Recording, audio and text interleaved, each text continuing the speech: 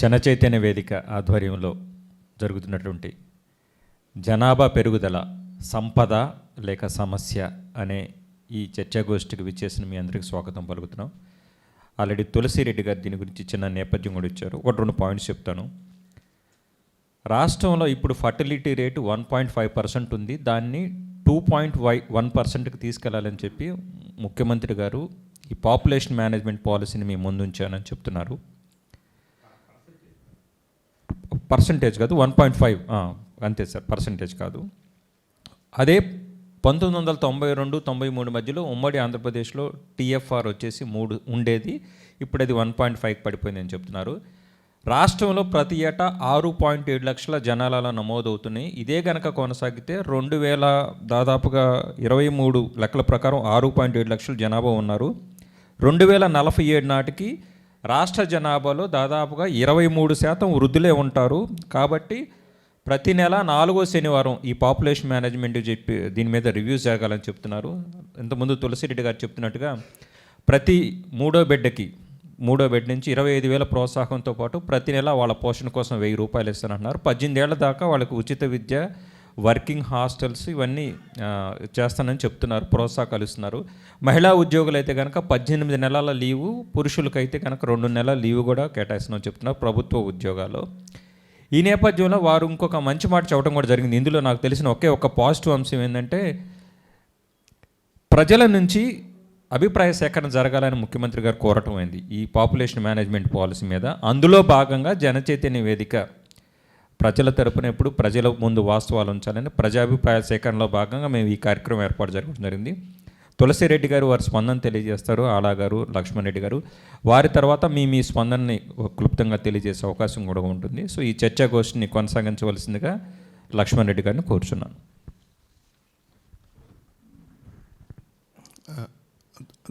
Thank you జనంది. ఈ ముందు సీట్లో కూర్చుంటే బాగుంటుంది. నారాయణ రెడ్డి గారు, మురళీకృష్ణ,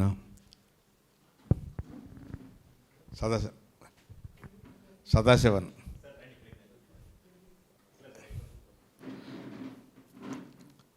శ్రీనివాస్, ఈ ఫుల్ అయితే బాగుంటాయి.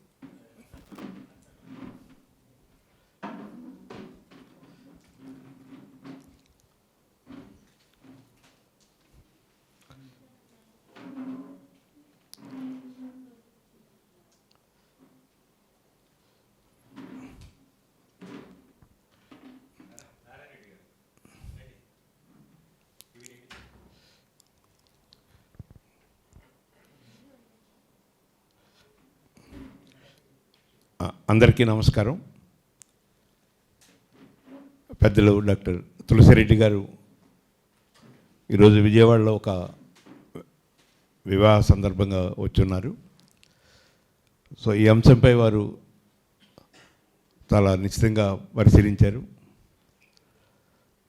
వారితో పాటు ప్రొఫెసర్ డిఆర్ సుబ్రహ్మణ్యం గారు,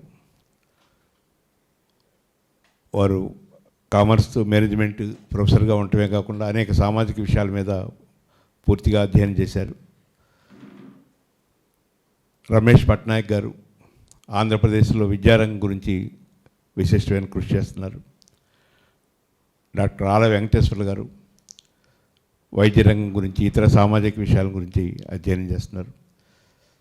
వీరందరూ ఈ అంశంపై తమ అభిప్రాయాన్ని తెలియజేసిన తర్వాత ఇక్కడ విచ్చేసిన వివిధ సంఘాల నుంచి విచ్చేసిన పెద్దలు వారి భావాలను కూడా వ్యక్తం చేయాలని కోరుకుంటున్నాను. రాష్ట్ర ముఖ్యమంత్రి చంద్రబాబు నాయుడు గారు దాదాపు 1 సంవత్సర కాలం నుంచి పిల్లల్ని కనాలి, ఎంత ఎక్కువ మందిని కంటే సమాజానికి అంత మంచిది, పిల్లలే ఆస్తులుగా మారుతారు, పిల్లలే ఆదాయాలుగా మారుతారు అని పదే పదే చెప్తున్న పరిస్థితి. వాస్తవం ఏంటంటే, ప్రపంచంలో మొత్తం భూభాగంలో కేవలం 2.4% భూభాగం మాత్రమే ఇండియా కలిగి ఉంది. కానీ ప్రపంచ జనాభాలో దాదాపు 18% జనాభా ఉంది. భూమి ఏమో 2.4, జనాభా ఏమో 18. దీనివల్ల ప్రపంచంలో అత్యధిక పేదలు, అత్యధిక నిరక్షరాస్యులు, అత్యధికంగా నిరుద్యోగులు, అత్యధికంగా వికలాంగులు ఏ దేశంలో ఉన్నారంటే ఆన్సరు ఇండియా. ఇంకా వేరే కారణం ఏం లేదు. జనాభా విపరీతంగా పెరగడం వలన ఈ సమస్యలు వస్తున్నాయి. ఎంత పెరిగినాయి అంటే 1950 నాటికి 36 కోట్ల జనాభా ఉంటే ఈరోజు 147 కోట్లు అయింది. అంటే దాదాపు 4 రెట్లు కన్నా అదనంగా పెరిగింది. జనాభా పెరిగినంత వేగంగా ఉద్యోగ అవకాశాలు కానీ, మంచి విద్య కానీ, మంచి వైద్యం కానీ, మంచి నివాసాలు కానీ ఇవన్నీ పెరగలేదు. అందులో ప్రపంచంలో ఎక్కువ ఇబ్బందులు కలుగుతున్న దేశం, అత్యధిక మంది ఉన్న దేశం భారతదేశం అవుతాం. దక్షిణాది రాష్ట్రాల్లో జనాభా పెరుగుదల రేటు తక్కువ ఉంది. ఒక స్త్రీ సగటున 1.5 బిడ్డలకి జన్మనిస్తుంది దక్షిణ భారతదేశంలో. ఇప్పటికీ ఉత్తర భారతదేశంలో అది యూపీ కావచ్చు, బీహార్ కావచ్చు, ఇతర రాష్ట్రాలు చూసుకుంటే దాదాపు 2.5 బిడ్డలకు జన్మనిస్తుంది. దీని ప్రభావం మీరు గమనిస్తే తలసరి ఆదాయంలో కానీ, అభివృద్ధిలో కానీ, ఉద్యోగ అవకాశాలు కానీ, విద్య కానీ, వైద్యం కానీ అన్ని రంగాల్లో దక్షిణ భారతదేశం అత్యున్నత స్థాయికి ఎదిగింది ఉత్తర భారతదేశంతో పోల్చుకుంటే. కారణం జనాభా అంత వేగంగా పెరగకపోవటం.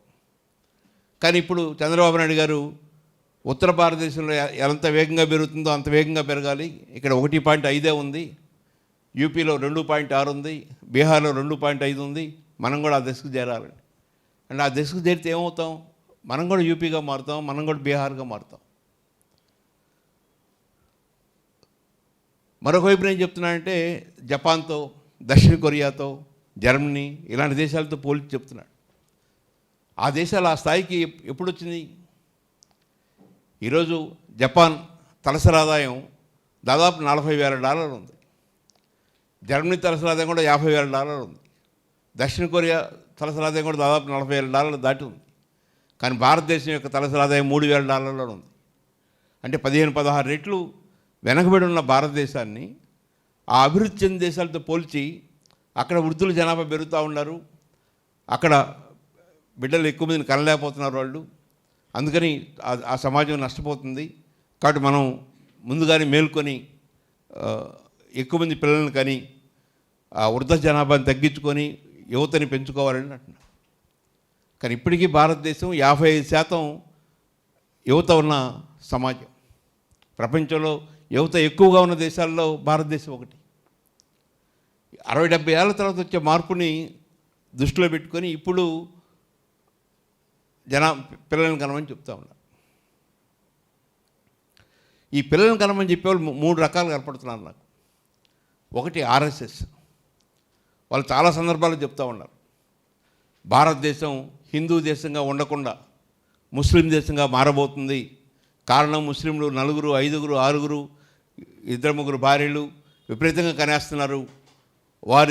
వారితో పోటీపడి కనకపోతే హిందువులు వెనకబడిపోతారని చెప్పని ఆర్ఎస్ఎస్ లాంటి మోహన్ భగత్ లాంటి వాళ్ళు చెప్తూ ఉన్నారు. వాస్తవం చూస్తే ముస్లిం జనాభా ఎంత పెరుగుతుందో హిందువుల్లో ఉన్న ఎస్టీ జనాభా కూడా అంతే పెరుగుతుంది. ఈరోజు ముస్లిం జనాభా పెరుగుదల రేటు ఎంత ఉందో అంతకన్నా కొంచెం ఎక్కువ ఎస్టీ జనాభా పెరుగుదల రేటు ఉంది.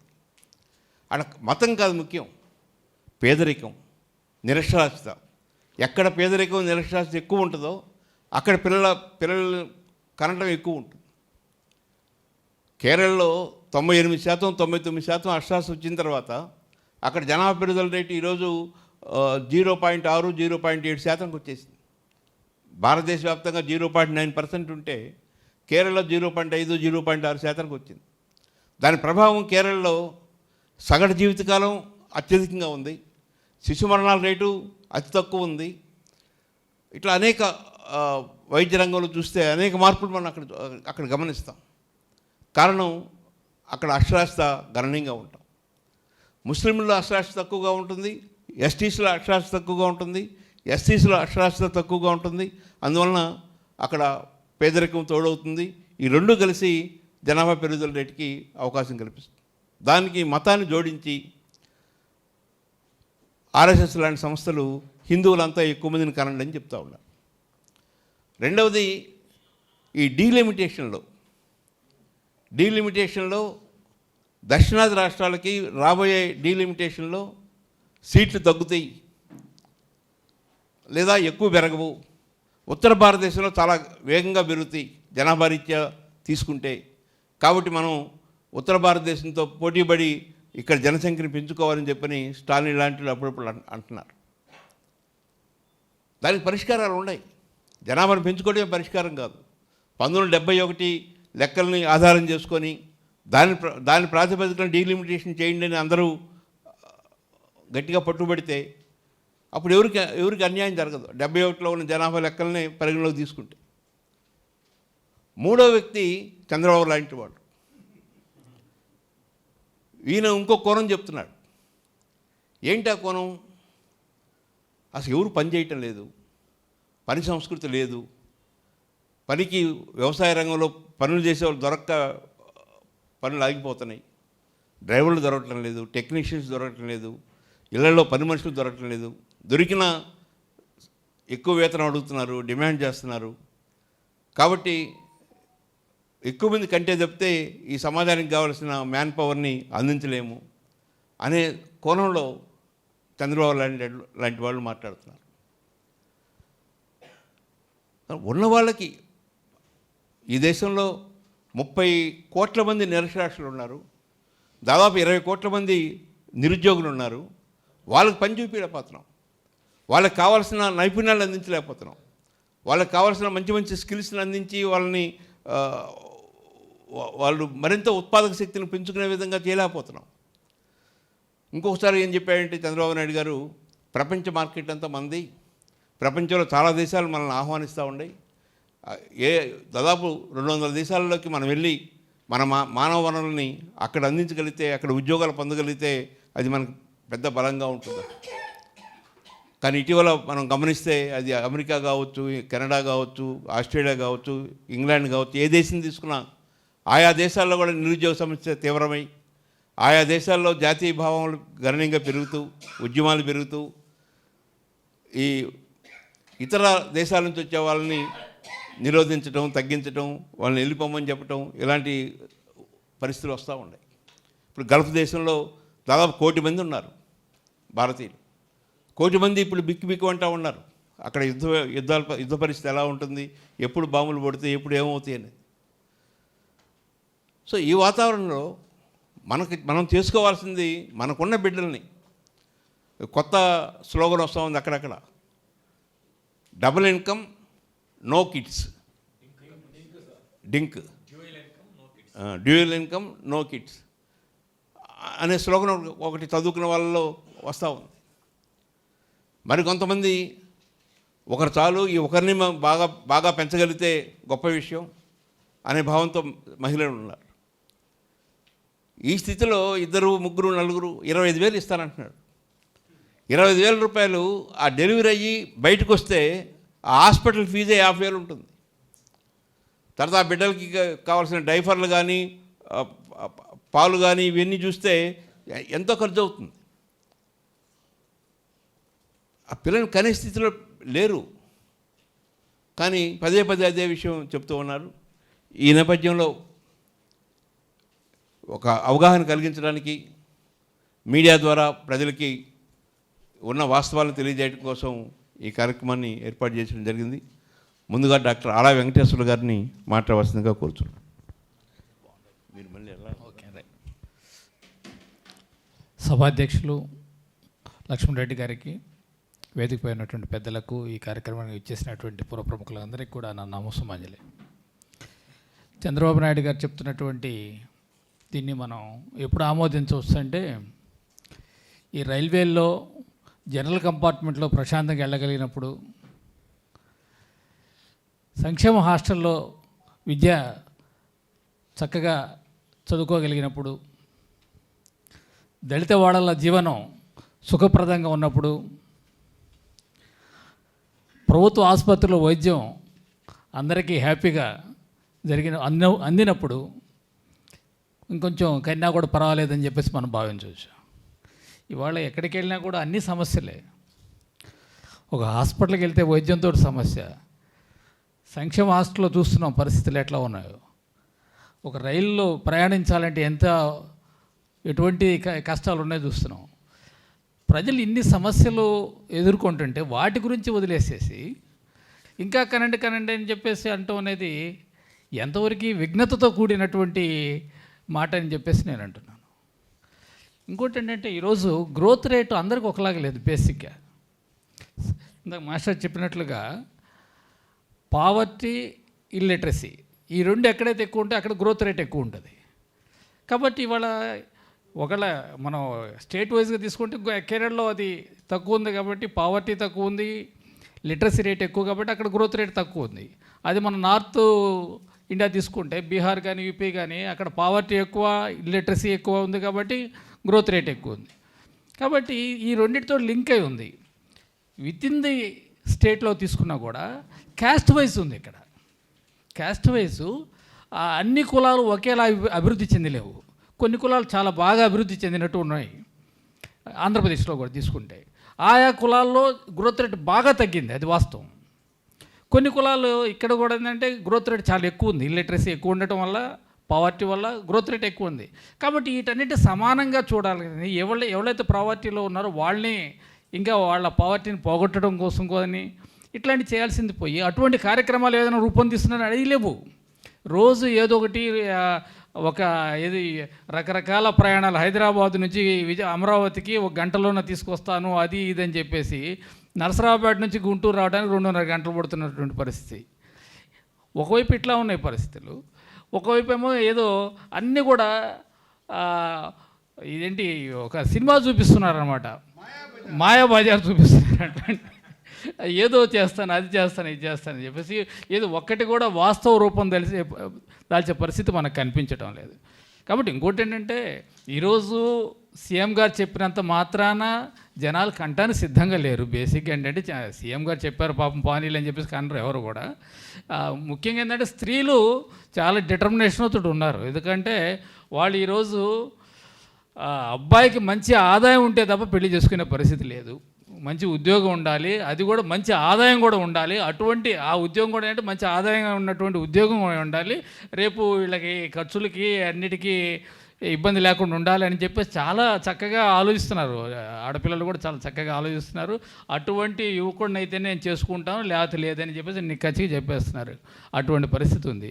కాబట్టి ఇవాళ మనం యూత్కి ఏమన్నా ఉపాధి కల్పించే అవకాశం ఉందా? ఆ ఉపాధి అనేసి లేదు. మాట్లాడితే ఏదో ఊరికే చెప్తున్నారు, లూలు మాల్ అంటారు. లూలు మాల్ ఓడర్ వచ్చి రేపు ఎంత ఉద్యోగం ఇస్తాడో మనకు తెలియదు కాదు. ఇంకా ఆ డేటా సెంటర్ అంటున్నాడు, ఆ డేటా సెంటర్లో ఆంధ్ర వాళ్ళు పెట్టుకోవాలని రూలు లేదు. కాబట్టి ఇట్లాంటి అన్ని సమస్యలు ఉంటాయి, ఇన్ని రకాల సమస్యలు ఉంటే ఇవన్నీ వదిలేసి ఆయన ఏంటంటే మళ్ళీ ఊహల్లో భ్రమల్లో తీసుకెళ్తూ ఉంటారు. అంతే తప్ప ఈ వాస్తవ రూపం దాల్స్తుందని చెప్పేసి దీని గురించి మనం ఆయన ఏదో అంటున్నాడని చెప్పేసి మనం అంత ఆందోళన చెందాల్సినంత అవసరం కూడా లేదు. లేకపోతే మన ప్రజలు మనం కొంత ఎడ్యుకేట్ చేయాల్సిన అవసరం ఉంది. కాబట్టి ఈ సమావేశం ఒక ఇంపార్టెన్స్ అది. Okay, thank you very much. Thank you sir. Professor D R Subrahmanyam గారు.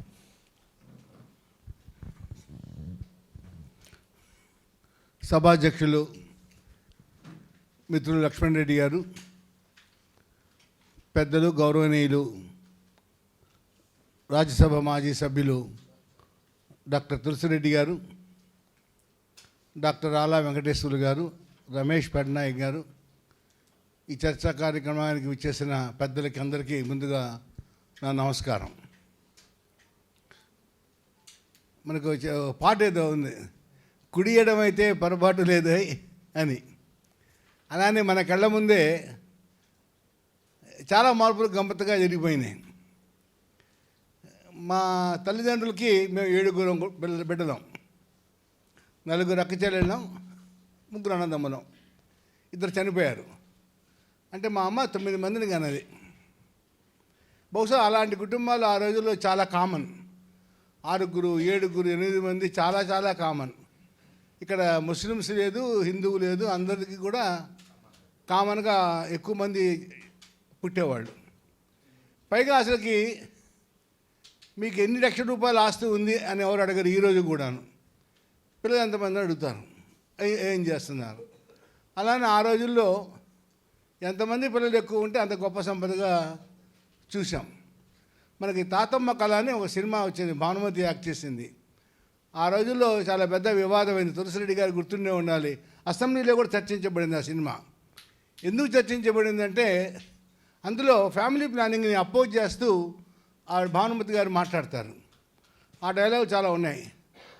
అది ప్రభుత్వ విధానానికి వ్యతిరేకంగా ఉంది ఆ సినిమా అని చెప్పేసి అసెంబ్లీలో పెద్ద రగడైంది. అంటే ఆ రోజులు అలాగా అప్పుడు ఉన్నాయి. మా అందరికీ ఉద్యోగం చేసుకునే వాళ్ళకి, బహుశా మీలో కూడాను, 2 పిల్లలతో ఆపితే 2 ఇంక్రిమెంట్ ఇచ్చేవాళ్ళు, 3 పిల్లలతో ఆపితే 1 ఇంక్రిమెంట్ ఇచ్చేవాళ్ళు. ఇది ఇన్సెంటివ్, పిల్లలు కనకుండా ఉండటానికి ఆ రోజున ఇచ్చిన ఇన్సెంటివ్. ఆ తర్వాత 2 కన్నా ఎక్కువ మంది ఉంటే స్థానిక ఎన్నికల్లో నిలబడటానికే వీలేదు బొమ్మని చెప్పేసి చట్టం కూడా చేసింది మన ఆంధ్ర రాష్ట్రం. ఇది మొన్నటిదాకా పరిస్థితి. ఇప్పుడు అదే చంద్రబాబు నాయుడు గారు యూటర్న్ తీసుకున్నారు. అయితే ఈసారి యూటర్న్ స్పెషల్ స్టేటస్ అవన్నీ కాదు, పాపులేషన్ పాలసీ మీద ఆయన యూటర్న్ తీసుకున్నారు. ఇప్పుడు ఆయన ఎందుకు ఎక్కువ మందిని కనండి అని చెప్తున్నారంటే, ఒకటి వర్క్ ఫోర్స్ పడిపోతుంది భవిష్యత్తులో, to meet the challenge of declining work force. రెండోది to counter the ageing population. ఎక్కువ మంది జనాభా వృద్ధులవుతున్నారు కాబట్టి పనిచేసేవాళ్ళు తరిగిపోతున్నారు అనేది ఆయన ప్రధానంగా చెబుతున్న 2 కారణాలు. ఇక్కడ వర్క్ ఫోర్స్ తగ్గడం కానీ, వర్క్ ఫోర్స్ ఎందుకు తగ్గుతుంది లక్ష్మణరెడ్డి గారు ఇప్పుడే చెప్పారు. డ్రైవర్లు తిరగటం లేదు, సర్వెంట్ మేట్స్ తిరగటం లేదు. ఎక్కడ తిరుగుతారు? మీరు 10,000 రూపాయలు ఇస్తారంటే ఎందుకు వస్తాడు? ఇక్కడ మెయిన్ కారణం మీరు జీతం తక్కువ ఇవ్వటం వల్ల. మనకి ఎకనామిక్స్లో ఒక కాన్సెప్ట్ ఉంది, కాన్సెప్ట్ ఆఫ్ ట్రాన్స్ఫర్ ఎర్నింగ్స్. ఒక స్కావెంజర్ చేసే పని ఐఏఎస్ ఆఫీసర్ చేయలేడు, కానీ స్కావెంజర్కి 10,000 రూపాయలు ఇస్తే ఐఏఎస్ ఆఫీసర్కి 3 లక్షల రూపాయలు ఇస్తారు. ఎందుకు ఇస్తున్నారంటే ఆ ఐఏఎస్ ఆఫీసర్ ఆ ఉద్యోగం మనకు ఇంకో ఉద్యోగాన్ని పోతే ఆ 3 లక్షల రూపాయలు వస్తుంది, కానీ స్కావెంజర్కి రాదు. Transfer earnings are zero. That is how wage differentials are explained in economics. ఇవాళ ఎకనామిక్ డిస్పారిటీస్, ముఖ్యంగా వేజ్ డిస్పారిటీస్ ఎందుకు వస్తున్నాయి అంటే మీరు తక్కువ జీతం పే చేస్తున్నారు. ముఖ్యంగా గ్రామీణ ప్రాంతంలో వాళ్ళ మార్జినల్ ప్రొడక్టివిటీ కన్నా వేజెస్ తక్కువ ఇస్తున్నారు.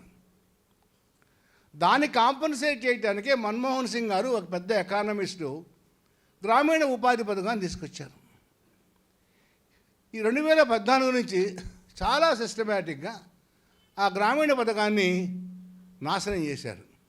మనం సోషల్ మీడియాలో చూస్తూ ఉంటాం, పెత్తందారి కులాల చర్చల్లో కూడా వింటూ ఉంటాం. మనుషులు దొరకటలేదు, పోషిస్తున్నారు, ఉచితాలు ఇచ్చి పోషిస్తున్నారు, ఖాళీగా పెట్టి కూర్చోబెట్టి మేపుతున్నారు, ఎలా వస్తుంది పాపులేషన్, వర్కింగ్ పాపులేషన్ అని పెత్తందారి కులాల వాళ్ళు అంటూ ఉంటారు. నిజమే. మీరు వాళ్ళ మార్జినల్, ఇక్కడ ఎకనామిక్స్ చదువుకున్న అందరికీ తెలుసు, if the wage is not equal to marginal physical product, there will be always agitation from the people. And the agitation continues till the wage becomes equal to marginal physical product. This is how Datta Samant in Maharashtra succeeded as a trade union leader, but later he failed because the wage demand being made by him was more than the marginal physical product of the labor. అలాగా చంద్రబాబు నాయుడు గారు, నరేంద్ర మోడీ గారు focus చేయవలసింది ఈ disparities తగ్గించడం. జీతాల మధ్య disparities తగ్గించాలి, veg differentials తగ్గిస్తే ఆటోమేటిక్గా వస్తుంది. అమెరికాలో డ్రైవరు ఉండటం అంటే చాలా గొప్ప. డ్రైవర్ డ్రివెన్, చాఫర్ డ్రివెన్ కార్ అంటే చాలా గొప్ప. ఎవడికి వాడు డ్రైవ్ చేసుకోవాల్సిందే. ఇప్పుడు మనం కూడా అదే చేస్తున్నాం ఇండియాలో. మీరు 25,000 25,000 ఇస్తే కానీ రాడు, మంచి డ్రైవర్ రాడు. డ్రైవర్ అంటే కేవలం డ్రైవ్ చేసేవాడు కాదు, బెడ మేపడాలా, కుడి చేతి మేపడాలా తెలిసినవాడు. సో చంద్రబాబు నాయుడు గారు కానీ, నరేంద్ర మోడీ గారు కానీ, నిర్మలా సీతారామన్ కానీ ఆలోచించాల్సింది ఇంటర్నల్గా ఈ స్ట్రక్చరల్ డిఫెక్ట్స్ని బాగు చేయాలి. 2 ఏజింగ్ పాపులేషన్. తులసిరెడ్డి గారు బహుశా అప్పుడు టీడీపీలో ఉండుండొచ్చు అనుకుంటాను. దొడగాన 55 ఏళ్ళు తగ్గించాడు మహానుభావుడు, 58 నుంచి. అదే 58 నుంచి 55 తగ్గించాడు. ఎందుకు తగ్గించావా అంటే నిరుద్యోగులు ఉన్నారు, వాళ్ళకి ఉద్యోగాల కోసం అన్నాడు. కూర్చోబెట్టి తర్వాత జీతాలు ఇచ్చాడు, వేరే విషయం. ఇవాళ అదే 62 ఏళ్ళకి పెంచబడింది. మామూలు స్టేట్ సెక్టర్లో అయితే 60 ఏళ్ళకి పెంచబడింది. అదే ఏఐసిటిఈ వర్కింగ్ పరిధిలో ఉన్న కాలేజీలు అయితే 75 ఏళ్ళ దాకా వర్క్ చేయడానికి పర్మిషన్ ఉంది ఇవాళ. A professor can teach up to 75 years now as per AICTE guide lines. అలాంటి సెంట్రల్ గవర్నమెంట్ ఆర్గనైజేషన్ 65 ఏళ్ళ దాకా పనిచేస్తున్నారు. అంటే ఏమైంది? పని చేయగలిగిన శక్తి పెరిగింది ఇవాళ. హూ ఈజ్ వృద్ధుడు? 60 ఏళ్ళవాడు వృద్ధుడా? 70 ఏళ్ళవాడు వృద్ధుడా? 75 ఏళ్ళవాడు వృద్ధుడా? 80 ఏళ్ళవాడు వృద్ధుడా? First of all this should be defined by mister Chandrababu Naidu. నా ఉద్దేశంలో ageing population is not correct. Age is not a matter of discussion at all, whether he can work or not. That is most important. That way, ఇవాళ mechanisation పెరిగిన తర్వాత ఫిజికల్గా పెద్ద పని చేయాల్సిన అవసరం లేదు. కాలు చేతులు లేనివాడు పని చేయగలుగుతున్నాడు. 2, ఆర్టిఫిషియల్ ఇంటెలిజెన్స్ వచ్చింది, క్వాంటమ్ వాల్యూ వచ్చింది, అవి వచ్చినాయి ఇవి వచ్చినాయి అని చెప్తూ ఈ సహాయంతో 80 ఏళ్ల వృద్ధుడు కూడా పనిచేయగలడు. మీరు ఎప్పుడైనా, నేను ఎప్పుడు 88లో అమెరికా వెళ్ళాను, ఆ షాపింగ్ మాల్స్లో నేను చూశాను 80-82 ఏళ్ల వాళ్ళు కూడా ఆడవాళ్ళు పనిచేస్తూ ఉంటారు. మీకు ఎయిర్పోర్ట్స్లో చూడండి, ఇంటర్నేషనల్ ఎయిర్పోర్ట్స్లో ఆ షాపింగ్ మాల్స్లో 80-82 ఏళ్ళు కూడా పనిచేస్తూ ఉంటారు. అంటే 80-82 ఏళ్ళ వాళ్ళు పనిచేస్తున్నారంటే మీకు పాపులేషన్ కనుక ఏజ్ పెరిగితే పని చేయరని ఏ ప్రిమైస్ మీద చంద్రబాబు నాయుడు గారు చెప్తున్నారు? ఎందుకు చెప్తున్నారంటే he wants to divert the discussion of the people from most important burning problems to most useless unwarranted issues, so that people are immersed in these deliberations. This is the great strategy now being adopted, this time particularly by Mr. Chandrababu Naidu. ఒక పెద్ద obsession ఆయనకి, ఒక్క పీరియడ్లో ఒక్కో obsession. ఈ అబ్సెషన్తో మనందరినీ కూడా కొట్టుకుపోతాడు. కాబట్టి ఆయన చెప్తున్న ఆబ్జెక్టివ్స్ ఏవి కూడా కరెక్ట్ కాదు. 2, ఆయన 25,000 రూపాయల క్యాష్ ఇన్సెంటివ్ ఇస్తానన్నాడు. మై గుడ్నెస్, ఆ అమౌంట్ ఎంత కావాలి? పాపులేషన్ పెంచుకుంటే ఎంత కావాలి? ఇవాళ ఇలాగా unproductive, they may produce children but the whole process is unproductive. ఈ అన్ప్రొడక్టివ్ ప్రాసెస్ మీద 25,000 రూపాయలు చొప్పున ఇచ్చుకుంటూ పోతే ఎక్స్చెకర్కి ఎంత కావాలి? Can this exchequer bear that? This has to be discussed by the people of the state. 2, పోషణ, శిక్షణ, సురక్ష, మంచి పేర్లు పెట్టారు. నెలకి 1,000 రూపాయలు చొప్పున 5 సంవత్సరాలు. అంటే ఒక బిడ్డకి 12,000 ఇంటూ 5 60,000 రూపాయలు మనం అందరం రేపు పే చేయబోతున్నాం. ఇలాగా జనాభా అందరూ అదే పని మీద ఉంటే, తిండి మానేసేసి అదే పని మీద ఉంటే ఈ గవర్నమెంట్ ఈ డబ్బు పే చేయగలదా? ఇవన్నీ కూడా ఆర్థికపరమైన అంశాలు. వీటన్నిటినీ ఆలోచించకుండా ఏదో గుడ్డెత్తి చేలోబడ్డట్టు పిల్లల్ని కనండి అని ప్రజల అటెన్షన్ని డైవర్ట్ చేస్తున్నారు. పోలవరం ఇష్యూ మాట్లాడకూడదు. మీకు గుర్తుందో లేదో, స్పెషల్ స్టేటస్ మీద మాట్లాడితే ఆ మీటింగ్ని కనుక పిల్లల్ని పంపిస్తే తల్లిదండ్రులను జైల్లో పెడతానన్నాడు చంద్రబాబు నాయుడు. అదే చంద్రబాబు నాయుడు మరలా పోయి భారతీయ జనతా పార్టీ గొడవబడి మీరందరూ మాట్లాడరేంటి? మీకు గుర్తుందో, TV5లో కొట్టుకోపోయారు పోసాని అను TV5 సాంబశివరావు ఇదే ఇష్యూ మీద. అంటే మనకు మహమ్మద్ బిన్ తుగ్లక్ సినిమాలో ఒక డైలాగ్ ఉంది, what was illegal yesterday is legal today, what is illegal today will become illegal tomorrow అని నాగభూషణ్ డైలాగ్ ఒకటి ఉంది. అలానే నిన్నటిదాకా పిల్లల కంటే చంపేస్తూ ఉన్నారు, ఇప్పుడు కనబోదే చంపేస్తూ ఉంటున్నారు. నిన్నటిదాకా స్పెషల్ స్టేటస్ మాట్లాడి చంపుతూ ఉన్నారు, ఇవాళ మాట్లాడబోదే చంపుతూ ఉన్నారు. ఈ విధంగా ప్రజల్ని గొర్రెలు చేసేసి ఇష్యూస్ని మార్చేస్తున్నారు. లక్ష్మణ్ రెడ్డి గారు చాలా బాగా చెప్పారు. భగవత్ గారు హిందువులు కనండి అన్నాడు. సోషల్ మీడియాలో మీరు చూడండి, వాట్సాప్ యూనివర్సిటీ నుంచి దళితులు ఇష్టం వచ్చినట్టు గనేస్తున్నారు అంటాడు ఒకడు. పెద్ద బొట్టు పెట్టుకొని, ఇంత పెద్ద బొట్టు పెట్టుకొని దళితులు గనేస్తున్నారు, ఆదివాసులు గనేస్తున్నారు, బ్యాక్వర్డ్ క్లాస్ వాళ్ళు గనేస్తున్నారు. మీరు కూడా కనండి. వాడు మధ్యప్రదేశ్లో 2 లక్షల రూపాయలు ఇస్తున్నారు బ్రాహ్మణ్ కార్పొరేషన్, తెలుసా అండి? ఐడియా ఉందా? పరశురాం కళ్యాణ యోజన మధ్యప్రదేశ్లో పిల్లల్ని కంటే బ్రాహ్మణ కార్పొరేషన్ డబ్బులు ఇస్తోంది. రేపు ప్రొద్దున దళిత కార్పొరేషన్ డబ్బులు ఇస్తానంటది, ఆర్యవైశ్య కార్పొరేషన్ డబ్బులు ఇస్తానంటది, ఇంకొక కమ్మ కార్పొరేషన్ డబ్బులు ఇస్తూ ఉంటుంది. ఇలాగ ఏ కులవాడు ఆ కులాన్ని పని చేయకుండా దేశానికి రాష్ట్రానికి పిల్లల్ని కానీ సృష్టి ప్రక్రియలో పడిపోతే, సృష్టి యజ్ఞంలో పడిపోతే చివరికి మిగిలేది జనాభా కొట్టుకు సావాలి. వెంకటేశ్వర గారు చెప్పినట్లు ఇవాళ మీరు ప్రయాణం చేయండి, థర్డ్ ఏసీలో టాయిలెట్లు పనిచేయవు. Third AC, I'm not talking about general Bhogi. వాళ్ళ పెద్ద పెద్ద వాళ్ళందరూ వాళ్ళ కారులో తిరుగుతారు, విమానాలు తిరుగుతారు, కానీ మనలాంటి వాళ్ళు ఇవన్నీ మాట్లాడుతామో అని చెప్పేసి వాటిని డైవర్ట్ చేయడానికి ఈ ఇష్యూస్ అన్నిటిని కూడా తీసుకొస్తున్నారు. కాబట్టి ఇవన్నీ నమ్మి competitive reproduction in the economy అంటే పోటాపోటీ పిల్లల్ని కంటాం. ఇది కనుక వస్తే మళ్ళీ రేపొద్దున అదే బొట్టు పెట్టుకొని ఆర్ఎస్ఎస్ భగవత్ గారు ముస్లిమ్స్కి డబ్బులన్నీ ఇచ్చేస్తున్నారు, వాళ్ళు గనేస్తున్నారు, దళితులు గనేస్తున్నారు, ఆదివాసులు గనేస్తున్నారు అని మళ్ళీ వీళ్ళు మొదలు పెడతారు. చివరికి ఏమైంది, వాళ్ళు కంటానికి లేదని మన ఈ ఈ సెక్షన్స్ ఆడవాళ్ళు మగవాళ్ళు గదుల్లో వండుకొని బయట కాపలా కాసనం కాస్తారు దాడులు చేసి. మీరు పిల్లల్ని కంటానికి లేదు, మీరు ఎక్కడ గదిలో పోతే పని చేస్తారో అని కాపలా కాసినా కూడా ఆశ్చర్యం లేదు. సో సామాజికంగా, ఆర్థికంగా, రాజకీయంగా ఎలా ఆలోచించినా ఇది సరైన విధానం కాదు, దీన్ని కరెక్ట్ కాదు అని ప్రజల్లోకి చెప్పాలి. 2 జనచైతన్య వేదిక ద్వారా మన అభిప్రాయంగా చంద్రబాబు నాయుడు గారికి చేరాలి. ధన్యవాదాలు.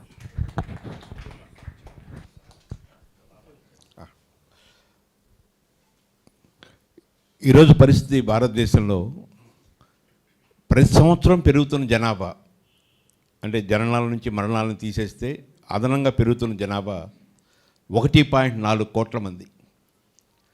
1.4 కోట్ల కన్నా తక్కువ జనాభాతో ఉన్న దేశాలు 125 దేశాలు ఉన్నాయి. ప్రపంచంలో ఉన్న దేశాల్లో ఒక 125 దేశాల్లో జనాభా ఎంత ఉందంటే 1.4 కోట్ల కన్నా తక్కువ ఉంది. 50 లక్షలు, 20 లక్షలు, 30,000 జనాభా ఉన్న దేశాలు కూడా ఉన్నాయి. అంటే 1.4 కోట్ల జనాభా ప్రతి సంవత్సరం పెరుగుతుందంటే ప్రతి సంవత్సరం ఒక దేశాన్ని ఇండియాలో కలుపుకుంటున్నట్టు. వాళ్ళందరికీ కావాల్సిన మంచి వైద్యం, మంచి విద్య, మంచి ఉపాధి, మంచి పరిసరాలు ఇవేమి మనం అందించకుండా ఇంకా కనాలనేటువంటి ఆ పిలుపుని అందరం వ్యతిరేకించాలని కోరుకుంటూ పెద్దలు డాక్టర్ ఎన్ తులసిరెడ్డి గారు, Congress party media committee chairman, గతంలో 20 పాయింట్ ప్రోగ్రామ్కి చైర్మన్గా కూడా పనిచేశారు, కడప జిల్లా పరిషత్ చైర్మన్గా కూడా పనిచేశారు. వారిని మాట్లాడవలసిందిగా కోరుతున్నాను. సభాధ్యక్షులు, జన చైతన్య వేదిక రాష్ట్ర అధ్యక్షులు లక్ష్మణ్ రెడ్డి గారు, పెద్దలు సుబ్రహ్మణ్యం గారు, రమేష్ పట్నాయక్ గారు, వెంకటేశ్వర్లు గారు, చర్చాగోష్ఠిలో పాల్గొంటున్న విఘ్నులకు, ప్రాజ్ఞులకు, పెద్దలకు, పాత్రికేయ మిత్రులకు అందరికీ వందనం, అభివందనం. ఇంతకుముందు లక్ష్మణ్ రెడ్డి గారు చెప్పినట్లు 3 ప్రముఖ వ్యక్తులు ఈ పాపులేషన్ మీద మాట్లాడుతున్నారు. జనాభా పెంచాలనే వాళ్ళు 3 ప్రముఖ వ్యక్తులు. ఒకరేమో చంద్రబాబు నాయుడు గారు, రెండో వారేమో స్టాలిన్ గారు, మూడో వారేమో ఆర్ఎస్ఎస్ చీఫ్ మోహన్ భగవత్ గారు. 3 వేర్వేరు కారణాలు చూపిస్తున్నారు. చంద్రబాబు నాయుడు గారేమో సుబ్రహ్మణ్యం గారు చెప్పినట్లు వర్క్ ఫోర్స్, పనిచేసే వాళ్ళు తగ్గిపోతున్నారు అనేది ఇంకా మిగతా అనేక అంశాలు ఉన్నాయి. అది చంద్రబాబు నాయుడు గారు ఆర్గ్యుమెంట్. స్టాలిన్ గారి ఆర్గ్యుమెంట్ ఏమి? దేశంలో ప్రాంతీయ సమస్యలు వస్తాయి, ఉత్తరాది వాళ్ళు ఎక్కువ మంది పిల్లలు కంటున్నారు, జనాభా పాపులేషన్ పెరుగుతూ ఉంది, పర్యవసానంగా ఈ యొక్క లోక్సభ నియోజకవర్గాల పునర్విభజనప్పుడు దక్షిణాది రాష్ట్రాలు దెబ్బతింటాయి, దానివల్ల వచ్చేసి మనకు విలువ లేకుండా పోతుంది అనేది ఆయన ఆర్గ్యుమెంటు. కాబట్టి మనం కూడా కనాలి. మూడవది ఆర్ఎస్ఎస్ భాగవత్ గారు వచ్చేసి హిందువులు ఎక్కువ కనడం లేదు, ముస్లింలు ఎక్కువ కంటున్నారు, దీనివలన భవిష్యత్తులో వచ్చేసి మత ప్రాతిపదిక మీద మళ్ళా సమస్యలు వస్తాయనేది ఆయన ఆర్గ్యుమెంట్. సరే, ఈ 3 ఆర్గ్యుమెంట్లు మనం చంద్రబాబు నాయుడు గారి ఆర్గ్యుమెంట్కి వద్దాం ప్రధానంగా. ఎందుకంటే ఆయన ఆర్గ్యుమెంట్తో పాటు ఇంప్లిమెంటేషన్ కూడా చేస్తున్నాడు. కేవలం మాటగానే కాకుండా దానికి కార్యాచరణ కూడా ప్రకటించాడు. అందుకోసం సీరియస్గా ఆలోచించాల్సిన సమయం ఇది. సరే, చంద్రబాబు నాయుడు గారు మెయిన్గా ఆయన ఆర్గ్యుమెంట్ ఏమి? ఏపీలో జనాభా తగ్గిపోతూ ఉంది, వృద్ధుల శాతం పెరిగిపోతూ ఉంది, యువత శాతం తగ్గిపోతూ ఉంది, టోటల్ ఫెర్టిలిటీ రేటు 1.5కు పడిపోయింది. కాబట్టి ఎక్కువ మంది పిల్లల్ని కనాలి, ప్రోత్సాహాలు కూడా ఇవ్వడం జరుగుతుంది. ఇది జనాభా నియంత్రణ కాదు, ఇది పాపులేషన్ మేనేజ్మెంట్, పాపులేషన్ కంట్రోల్ కాదు, ఇది పాపులేషన్ మేనేజ్మెంట్. ఇది టీఎఫ్ఆర్ 2.1% పెంచాలి. తర్వాత దక్షిణాది రాష్ట్రాల్లో సంతాన ఉత్పత్తి రేటు పడిపోతూ ఉంది. గతంలో పెద్ద కుటుంబాలు ఉండేవి, 3వ బిడ్డల కంటే 25,000 ఇస్తాను, నెలకు 10,000 రూపాయలు, నెలకు 1,000 రూపాయలు ఆర్థిక సాయం చేస్తాము. తర్వాత ఒక బిడ్డ చాలదు, 2 బిడ్డలు ఓకే, 3వ బిడ్డ ముద్దు, 4, 5 మందితే ఇంకా ముద్దు. ఇది ఓవరాల్గా చంద్రబాబు నాయుడు గారి మాటలు ప్లస్ కార్యాచరణ. ఇవి చూసినప్పుడు ఒక 4 సామెతలు గుర్తుకొస్తాయి. ఒకటేమి? అమ్మకు అన్నం పెట్టని ప్రబుద్ధుడు పిన్నమ్మకు బంగారు గాజులు చేయిస్తా అన్నాడట. అమ్మకు అన్నం పెట్టని ప్రబుద్ధుడు పిన్నమ్మకు బంగారు గాజులు చేయిస్తా అనే సామెత జ్ఞాపకం వస్తూ ఉంది. రెండవది ఆయన ఇంకోటి ఏమంటున్నాడు? చైనా, జపాన్, దక్షిణ కొరియా, ఇటలీ అటువంటి దేశాలు పోల్చి చెప్తున్నాడు. కాబట్టి పులిని చూసి నక్క వాత పెట్టుకున్నట్లు ఆయన వ్యాఖ్యలు ఉన్నాయి. మూడవది ఆయన ఇన్సెంటివ్స్ ప్రకటించి ఎట్టుండంటే, లాలం దొరికిందని గుర్రాన్ని కొని గుగుర్లు పెట్టలేక చచ్చేదంట ఒక కుటుంబం. లాలం దొరికిందని గుర్రాన్ని కొని దానికి గుగ్గులు పెట్టలేక మొత్తం ఆ కుటుంబం సర్వనాశనమైందట. ఇది ఒకటి జ్ఞాపకం వస్తూ ఉంది. నాలుగవది పంటి నొప్పికి ఒక నాటు డాక్టర్ తుంటి మీద దన్నా అంట. వీడు పంటి నొప్పికి పోతే తుంటి మీద దన్నా అంట, వాడు బోలబడి ఆ ఉన్న పనులు కూడా పోయినాయంట. ఈ 4 సామెతలు చంద్రబాబు నాయుడు గారి వ్యాఖ్యలతో మనకు కనిపిస్తూ ఉన్నాయి. ఇంతకుముందు లక్ష్మణ్ రెడ్డి గారు చెప్పినట్లు ముందు మనము స్టాటిస్టిక్స్ తీసుకుంటే ప్రస్తుతము ప్రపంచంలో చిన్న పెద్ద ఐక్యరాజ్య సమితిలో నమోదైన దేశాలు అన్నీ కలుపుకుంటే 242 దేశాలు, చిన్న పెద్ద అన్నీ కలుపుకుంటే 242 కంట్రీస్ ఉన్నాయి ప్రపంచంలో. మొత్తం జనాభా 809 కోట్లు. 242 దేశాలు, 809 కోట్లు. ఇందులో 242లో 1 మంది, 242లో 1, కానీ 809లో మంది ఎంత? 147 కోట్లు. 809లో 147 కోట్లు, 242లో 1. మొన్నటి వరకు చైనా ఫస్ట్ ప్లేస్లో ఉన్నది, దాన్ని దాటిపోయాం. ఇప్పుడు మన తర్వాత చైనా, మనదేమో 147 కోట్లు అయితే వాళ్ళది 142 కోట్లు. ఇక 3వ ప్లేస్లో ఉండే అమెరికా, ఫస్ట్ ప్లేస్ మంది 147 కోట్లు, సెకండ్ ప్లేస్ చైనా 142 కోట్లు, థర్డ్ ప్లేస్లో ఉండే అమెరికా 34 కోట్లు. మనం క్లాస్లో వచ్చేసి first mark, second mark, third మార్కుకు ఆ కోణంలో ఆలోచిస్తే 147 కోట్లు ఎక్కడా, నువ్వు 34 కోట్లు అమెరికా 3వ ప్లేస్లో ఉండేది ఎక్కడ. కాబట్టి లక్ష్మణరెడ్డి గారు చెప్పినట్లు ప్రపంచ జనాభాలో భారతదేశ జనాభా శాతం, ప్రపంచ భూవిస్తీర్ణంలో భారతదేశ భూవిస్తీర్ణం జనాభానేమో 18%, భూభాగమేమో 2.4%. భూభాగం పెరగదు, వనరులు పెరగవు, కానీ పరిమితమైన వనరులు, అపరిమితమైన జనాభా. ఇప్పటికే పరిమితమైన వనరులు, అపరిమితమైనటువంటి జనాభా. ఎందుకు అపరిమితం అంటే ఇప్పటికే 809 కోట్లలో 147 కోట్లు, 18%లో 2.4%లో 18%. కాబట్టి ఒకటి జనాభా, రెండు జనసాంద్రత, అంటే ఒక చదరపు కిలోమీటర్లో ఎంతమంది ఉన్నారు అనేది జనసాంద్రత తీసుకుంటే ప్రపంచ సగటు జనసాంద్రత చదరపు కిలోమీటర్కు 55. ప్రపంచం అన్ని ఖండాల్లో అన్ని దేశాలు 242 తీసుకుంటే సగటు జనాభా జనాభా చదరపు కిలోమీటర్కు జనసాంద్రత 55. మంది ఎంత? 488. ప్రపంచ సగటు 55, మందేమో 488. సెకండ్ ప్లేస్లో ఉన్న చైనా ఎంత? 151. థర్డ్ ప్లేస్లో ఉన్న అమెరికా ఎంత? 38. అభివృద్ధి చెందిన రష్యా ఎంత? 9 మంది. జనసాంద్రత ప్రపంచమేమో సగటు 55, భారతదేశం 488. సెకండ్ జనాభా ఉన్న చైనా 151, అమెరికా 38, రష్యా 9. అంటే మంది ఎక్కువ కొద్దీ మజ్జిగ పొలుచునైతేనే సామెత పెద్దలు చెప్పింది. ఇందుకోసమే ఒక చదరపు కిలోమీటర్కు 488 మంది ఉంటే వాళ్ళకు దాంట్లోనే పంట పండించుకోవాలా, దాంట్లోనే ఇండు కట్టుకోవాలా, దాంట్లోనే రవాణా సౌకర్యాలు అన్నీ దాంట్లోనే. ఆ చదరపు కిలోమీటర్ను 488. కానీ అమెరికా వచ్చేసి 38 మందికి ఉండే పరిస్థితి, 488 మందికి ఉండే పరిస్థితి అని అర్థమవుతా ఉంది. కాబట్టి జనసాంద్రత. ఇక మూడో విషయం, అమ్మకు అన్నం పెట్టని ప్రబుద్ధుడు పిన్నమ్మకు బంగారు గాలు చేస్తా అన్నట్టుంది. అంటే ఉన్న వాళ్ళకే దిక్కు లేదు, ఆల్రెడీ ఉన్న వాళ్ళకే కనీస సౌకర్యాలు, లగ్జరీస్ కాదు, తినేదానికి తిండి, కట్టేదానికి బట్ట, ఉండేదానికి చోటు, త్రాగేదానికి నీరు, పీల్చేదానికి గాలి. ఆఖరికి ఢిల్లీలో, దేశ రాజధాని ఢిల్లీలో కాలుష్యంతో అది జీవించేదానికి సాధ్యం కాని స్థాయికి వచ్చిందని చెప్పేసి ఇంకా కొద్ది రోజులుగా తప్పదు, ఢిల్లీ మార్చాల్సిందే.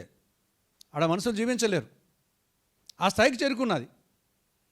కాబట్టి తినేదానికి తిండి, తాగేదానికి నీరు,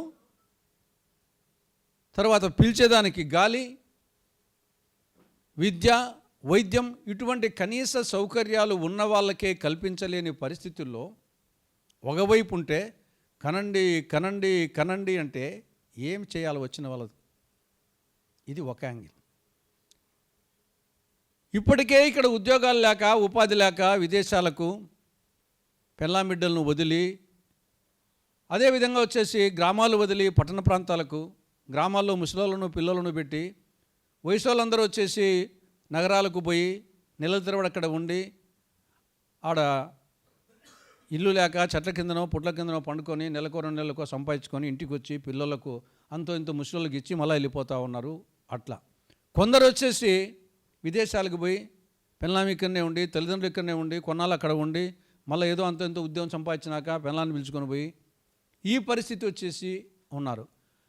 అటువంటి పరిస్థితుల్లో ఈనాడు ప్రపంచవ్యాప్తంగా local non local problem, America కానీ, ఆస్ట్రేలియా కానీ, కెనడా కానీ, అక్కడ ఉండే మన వాళ్ళకు వచ్చేసి మళ్ళీ ఎప్పుడు వస్తారో. నాకు కూడా 2 బిడ్డలు ఉన్నారు, అమెరికాలో ఉన్నారు, ఎప్పుడైనా తిరిగి రావచ్చు. అదేవిధంగా అనేక కుటుంబాలు ఈనాడు వచ్చేసి అమెరికాలోనో, ఆస్ట్రేలియానో, కెనడాలోనో వాళ్ళు అక్కడ సంపాదించి ఆ డబ్బు పంపిస్తూ ఉంటే ఇక్కడ ఇంట్లో ఊర్లలో వచ్చేసి ముసలోళ్ళు పిల్లోళ్ళు వాళ్ళు వచ్చేసి జీవిస్తూ ఉన్నారు. ఇక్కడేం పంటలు పండి లేకుంటే ఇక్కడ ఏమి సంపాదించి కాదు, వాళ్ళు పంపించిన డబ్బుతో, ఎస్పెషల్లీ కేరళ లాంటి దేశాలు, గల్ఫ్ కంట్రీస్లో అక్కడ ఉన్నటువంటి డబ్బుతో పంపిస్తూ ఉంటే ఇక్కడ కుటుంబాలు ఉన్నాయి. లేకుంటే ఇక్కడ వచ్చేసి ఏదో ఉద్యోగాలు ఉపాధి పొంది పంట పండించి పరిశ్రమల్లో ఇంటికి ఒక పారిశ్రామిక తయారైపోయి ఆ పరిస్థితి కాదు. అటువంటి పరిస్థితుల్లో వాళ్ళు ఉన్నట్టుండి ఉద్యోగాలు వదిలి ఉపాధి వదులుకొని ఇండియాకు వస్తే, గల్ఫ్ కంట్రీస్ ఇండియాకు వస్తే పరిస్థితి ఏమిటి? కాబట్టి ఈవెన్ మిగతా రాష్ట్రాల్లో కూడా లోకల్ నాన్ లోకల్ వస్తుంది. విదేశాల్లోనే కాకుండా మన దేశంలోనే వివిధ రాష్ట్రాల్లో లోకల్ నాన్ లోకల్ వస్తూ ఉంది. ఆఖరికి తెలంగాణకు ఆంధ్రప్రదేశ్కి లోకల్ నాన్ లోకల్ ఫీలింగ్ మీదనే ఆఖరికి రాష్ట్ర విభజనే జరిగింది. కాబట్టి ఆ పరిస్థితుల్లో ఇక్కడ ఉండే వాళ్ళకు ఉద్యోగాలు లేవు, బయట ఉండే వాళ్ళు వస్తే ఉద్యోగాలు ఇచ్చే పరిస్థితి లేదు, ఇతర రాష్ట్రాల నుండి వస్తే ఉద్యోగాలు వచ్చే పరిస్థితి లేదు. ఇంకా తల్లి గర్భం నుండి వచ్చే వాళ్ళకు ఏ విధంగా వచ్చేసి ఉద్యోగాలు ఉపాధి కల్పిస్తాం, కనీస సౌకర్యాలు కల్పిస్తాం. అందుకోసమే అమ్మకు అన్నం పెట్టని ప్రబుద్ధుడు పిన్నమ్మకు బంగారు గాజులు చేస్తా అన్నట్లుంది చంద్రబాబు వాలకం. దాని తర్వాత నెక్స్ట్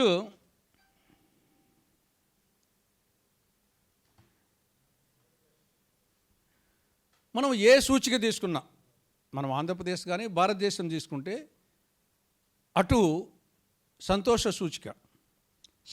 సూచికలో మనము ఎక్కడున్నామంటే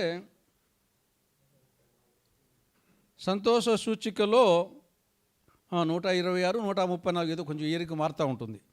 కాబట్టి సంతోష సూచికలో ప్రపంచ దేశాల్లో 126వ స్థానం. తర్వాత హ్యూమన్ డెవలప్ ఇండెక్స్ మానవాభివృద్ధి సూచికలో 130వ స్థానం. తర్వాత పర్ క్యాపిటల్ ఇన్కమ్ తీసుకున్నా కానీ అగదాల కట్టకాడ ఉన్నాం. కనీసము 50 దేశాల పైన లేం. ఎక్కడో దగ్గర ఆఫ్ఘనిస్తాన్కు దరిదాపుల్లో ఉంటాం. ఫిన్లాండు, డెన్మార్క్, స్వీడన్ వదిలిపెట్టు, కనీసం మధ్యలో కూడా లేం. ఆఫ్ఘనిస్తాన్కు, సొమాలియాకు, కొన్నిసార్లు కొన్ని దాంట్లో అయితే కన్నా పాకిస్తాను, బంగ్లాదేశు, నేపాల్, శ్రీలంక మనకంటే ముందు ఉన్నాయి. వాళ్ళు మనకంటే బెటర్ పొజిషన్లు ఉన్నాయి కొన్ని దాంట్లో, కొన్ని పారామీటర్స్లో. ఆ పరిస్థితుల్లో మొత్తం అన్నిట్లో ఆ విధంగా ఉంటే ఎంతసేపు పులిని చూసి నక్క వాత పెట్టుకున్నట్లు చైనా, జపాన్, ఇటలీ, దక్షిణ కొరియా వాళ్ళని చూసి ఇక్కడ తగ్గిపోతున్నారు. మనకు ఆ పరిస్థితి వచ్చింది. ఏం పరిస్థితి వచ్చింది వాళ్ళకి ఏం పరిస్థితి రాలేదు. ఇప్పటికీ బ్రహ్మాండంగా వచ్చేసి అభివృద్ధి చెందిన దేశాల కిందనే ఉన్నాయి. అవేం కిందకేం రాలేదు. ఇక్కడ ఇంకొక విషయం సుబ్రహ్మణ్యం గారు చెప్పినట్లు, ఆయన చెప్పేదేమి, యువత శాతం తగ్గిపోతుంది, వృద్ధుల శాతం పెరిగిపోతుంది. నేను టోటల్గా వారితో అగ్రి అవుతాను. ఏమిటి వృద్ధులు అంటే ఎక్కడ? 60 నుండి 70, 70 నుండి 80, 80 నుండి 90, 90 నుండి 100 తీసుకున్నామా? 60 నుండి 70, కాబట్టి 60 నుండి 100 వరకు ఈ యొక్క 4 స్టేజ్లు తీసుకుంటే, దీంట్లో 60 నుండి తీసుకుంటే 60 నుండి 70 వరకు ఉండే వాళ్ళే శాతం ఎక్కువగా ఉంటుంది. కానీ ప్రజెంట్ పరిస్థితుల్లో జీవన ప్రమాణాలు పెరగడం కానీ ఇంకోటి కానీ నాకు తెలిసి మినిమం 70 వృద్ధాప్య పెన్షన్ ఇవ్వస్తా ఉండొచ్చు 60 ఏళ్లకు. కానీ మనం దాని ప్రామాణికం కాదు, అదేదో పొలిటికల్గా వివిధ కారణాలతో. కానీ ఇప్పుడుండే పరిస్థితుల్లో ఇప్పుడు రిటైర్మెంట్ అయిన తర్వాత టీచర్ల రిటైర్మెంట్ కంటూ పోతుంటాం, వీళ్ళు అప్పుడే రిటైర్ అయినా అనిపిస్తుంటారు అది వాళ్ళని చూస్తే. కాబట్టి ఇప్పుడు 60 ఏళ్ళు అనేది అది వృద్ధాప్యం కింద రాదు. అది ఖచ్చితంగా 70 పైన తీసుకోవాలి. 70 కూడా మినిమమే నా అభిప్రాయం. కాబట్టి ఆ ప్రకారంగా తీసుకున్నప్పుడు వృద్ధుల శాతం ఏం పెరిగిండదే. మనం 60 నుండి 100 వరకు తీసుకుంటే దాంట్లో 60 నుండి 70 వరకు దాంతో 89 సంవత్సరం ఇన్నే ఉంటారు. కాబట్టి మనం నిజంగా వృద్ధుల శాతము 70 ఏళ్ళ పైబడి తీసుకుంటే టోటల్ జనాభాలో వృద్ధుల శాతం ఎక్కువ లేదు, చాలా తక్కువ ఉంది. ఆ వృద్ధుల శాతం కూడా ప్రజెంట్ ఈ యొక్క ఆర్టిఫిషియల్ ఇంటెలిజెన్స్ కానీ యాంత్రీకరణ కానీ ఈ నేపథ్యంలో ఇప్పుడు మా చిన్నప్పుడు వ్యవసాయ కుటుంబాల్లో వచ్చేసి ఒక ఇంజిన్ ఆడించాలంటే ఆయిల్ ఇంజిన్, దానికి శక్తి కావాలి. పొలాలకు వచ్చేసి మన్ను దోలాలంటే రాయలసీమ ప్రాంతంలో వచ్చేసి మట్టి మన్ను దోలే వాళ్ళని తెల్లవారుజామున పోయి ఎద్దుల బండి తీసుకొని పుట్టికలో మట్టి వేసి చేయాలి, దానికి శక్తి అవసరం. ఇప్పుడు మొత్తం మారిపోయింది. డ్రిప్ ఇరిగేషన్ పెట్టారు, స్విచ్ ఎక్కితే పోతుంది. దానికి వచ్చేసి ఇప్పుడు శారీరకమైనటువంటి అవసరం లేదు. ఈరోజు అనుభవం, తర్వాత వచ్చేసి ఆలోచన, కాబట్టి ఈ పరిస్థితుల్లో వికలాంగులు వచ్చేసి కూర్చొని చేసే పరిస్థితి ఉంది. కాబట్టి ఈనాడు వృద్ధాప్యము భారం కాదు. చంద్రబాబు నాయుడు కాన్సెప్ట్ ఏమి? వృద్ధాప్యము శాపం, వృద్ధాప్యం భారం, యువశక్తి వరం, వర్క్ ఫోర్స్. ఈ కాన్సెప్ట్లో చంద్రబాబు నాయుడు గారు మాట్లాడుతున్నారు. వృద్ధాప్యం భారం శాపం కానే కాదు. వృద్ధాప్యం ప్రజెంట్ పరిస్థితిలో ఈ సివిలైజేషన్లో ఏఐ టెక్నాలజీ, ఆర్టిఫిషియల్ ఇంటెలిజెన్స్ కానీ టెక్నాలజీ పెరిగిన దాంట్లో కానీ అనుభవము దీంట్లో వచ్చేసి పరిస్థితులు మారాయి. కాబట్టి ఇప్పుడు వృద్ధాప్యం అనేది ఏదో లాస్ట్ స్టేజ్లో తప్ప మిగతా వృద్ధాప్యం వచ్చేసి అనుభవము, ఆలోచన, ఇది వరం. సమాజానికి వృద్ధాప్యం వరం అంట నేను. దాంట్లో నేను వచ్చేసి శాపము. ఇప్పుడు చంద్రబాబు నాయుడు గారు మరి ఏమనాలా? ఆయన రాష్ట్రానికి ముఖ్యమంత్రి శాపం అనాలనా వరం అనాలనా? మరి ఆ ప్రకారం అయితే నరేంద్ర మోడీ, ట్రంప్, మనం అందరం, నేను కూడా. కాబట్టి ఇందు చాలా వాళ్ళం వచ్చేసి కాబట్టి వృద్ధాప్యం వరం కాదు. మరొక విచిత్రం ఏమంటే కొన్ని నమ్మలేని నిజాలని. ఒక్క కొడుకున్న చంద్రబాబు నాయుడు ఎక్కువ మంది బిడ్డలు కనమంటాడు. పోనీ అంతటితో ఆగాడా? వాళ్ళ కొడుకు మళ్ళీ ఒకడే కొడుకు లోకేష్కు. ఈయన వచ్చేసి పిల్లల్ని కనండి అంటాడు. ఆయన జనరేషన్ అంటే పోరే, ఆ రోజు పరిస్థితి వేరుకోవచ్చు. మరి లోకేష్కైనా దగ్గర ఆ పరిస్థితి ఉండాలి కదా. కాబట్టి ఎదుటి వారికి చెప్పేటందుకు నీతులు ఉన్నాయి అనేది ఒకటి. తర్వాత ఏది యువశక్తి? వృద్ధుల గురించి చెప్పాం. కాబట్టి వృద్ధాప్యం భారం కాదు, వృద్ధాప్యం శాపం కాదు. వృద్ధాప్యం వచ్చేసి సమాజం సక్రమంగా ఉపయోగించుకుంటే కుటుంబాలకు కానీ సమాజానికి కానీ వరం. నెక్స్ట్ యువత. ఏమిటి యువశక్తి? ఏ సంవత్సరం నుండి ఏ సంవత్సరానికి యువశక్తి అనాలా? ఫండమెంటల్గా ఇక్కడనే తప్పు జరుగుతూ ఉంది. మనం జనరల్గా ఏమి బాల్యం, కౌమారం, యవ్వనం, వార్ధక్యం ఈ 4 దశలు చెప్తున్నాం. మధ్య వయసు గురించి చెప్పడం లేదు. బాల్యం రకరకాల నిర్వచనాలు, 1వ ఏజ్ నుండి కొందరు రకరకాలు. కౌమారం టీనేజ్, టీన్ 13, 14, 15, 16, 17, 18, 19. కానీ 13 నుండి 19 వరకు ఉండే టీనేజ్ వాళ్ళను కౌమారం జనరల్గా. పోనీ యువత ఎక్కడి నుండి ఆనుంటే ఉంటే ఒక్కొక్క యుఎన్ఓ ఒక డెఫినిషన్, వరల్డ్ హెల్త్ ఆర్గనైజేషన్ ఒక డెఫినిషన్, మన జాతీయ విద్యా యోజన విధానం ఒక డెఫినిషన్. కాబట్టి ఇక్కడ 18 నుండి 24 సంవత్సరాల, 18 నుండి 29 సంవత్సరాలు కొన్ని. నాకు తెలిసి మరి యువశక్తి దాటినాక వార్ధక్యమే కదా. పోనీ 18 నుండి 29 సంవత్సరాలు అనుకున్నాం. మరి 29, 60 మధ్య ఉండేదాన్ని ఏమనాలా? దాని నిర్వచనమే లేదు ఇప్పుడు. బాల్యము, కౌమారము, యవ్వనము 18 నుండి 29 అనుకున్నామా, 24 అనుకున్నాం. వృద్ధాప్యం 60 నుండి అనుకున్నాం, మనం పెన్షన్ ఇస్తున్నాం కాబట్టి. ఈ మధ్యలో ఉండేదాన్ని ఏమనాలా? ఖచ్చితంగా నాకు తెలిసి ఇప్పుడుండే పరిస్థితుల్లో 15 నుండి 50 వరకు యవ్వనం అనుకోవచ్చు. యువశక్తి 15 సంవత్సరాల నుండి 50 సంవత్సరాల వరకు ఇదంతా యువశక్తి కిందనే లెక్క. ఆ 50 నుంచి 70 మధ్య వయసు అనుకుంటే 70 నుండి పైన ఉండేది వృద్ధాప్యం అనుకోవచ్చు. ఇంకా 15 కింద ఉండేది అది బాల్యము, కౌమారము ఏమని అనుకోవచ్చు. మనం నిర్వచనాలు కాదు, మనం ప్రాక్టికల్గా అనుకుంటే 15 నుండి 50 వరకు. అంటే 15 నుండి 50 సంవత్సరాల మధ్య ఎంత యువశక్తి ఉంది మనకు. కానీ చంద్రబాబు నాయుడు గారు చెప్పినట్టు యువశక్తి తగ్గిపోతూ ఉంది అనేది కూడా కరెక్ట్ కాదు. పోనీ ఆ ఉన్న శక్తిని శ్రీశ్రీ ఏమన్నారు? కొంతమంది యువకులు పుట్టుకతో వృద్ధులు, పేర్లకు పుకార్లకు షికార్లకు నిబద్ధులు. కొంతమంది యువకులు ముందు యుగం దూతలు, పావన నవ జీవన బృందావన నిర్మాతలు. కాబట్టి ఎటువంటి యువత కావాలి? 2వ రకం యువత కావాలి. మహాకవి గురజాడ కూడా ఏమన్నాడు? దేశం అంటే మట్టి కాదో, దేశం అంటే మనసులో అన్నాడు. ఎటువంటి మనసులు? అసాంఘిక శక్తుల, సమాజానికి ఉపయోగపడే మనుషులు, ఆరోగ్యవంతమైన మనుషులు, అటువంటి మనుషులు కావాలా? సమాజానికి అసాంఘిక శక్తులుగా పరిణమించి అనారోగ్యకరమైనటువంటి వాతావరణంలో నిరక్షర కుక్షులు, నిరుద్యోగులు, నిరక్షరాస్యులు ఇటువంటి మనుషులు కాదు గురజాడ కోరుకున్నది. కాబట్టి యువశక్తి నేను ముందే చెప్పినట్లు ఉన్న యువశక్తినే సద్వినియోగం చేసుకోలేక యువశక్తికి మండలానికి 4 మందుల షాపులు, మద్యం షాపులు, 40 బెల్ట్ షాపులు పెట్టి ఊగండి తాగండి అనే పథకాన్ని పెట్టి అది చాలక 3 జోకర్లు, 4 కళావరులు జూదాన్ని ప్రోత్సహిస్తూ, అది చాలక ఆఖరికి స్కూళ్ళల్లోనే డ్రగ్స్, గంజాయి విచ్చలవిడిగా అవైలబిలిటీ అవుతూ ఉంటే ఒక అసాంఘిక వాళ్ళకు ఉద్యోగాలు లేవు, ఉపాధి లేదు, చదువు లేదు.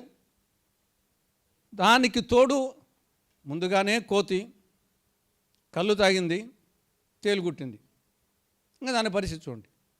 ముందుగానే వాడు నిరుద్యోగి, ముందుగానే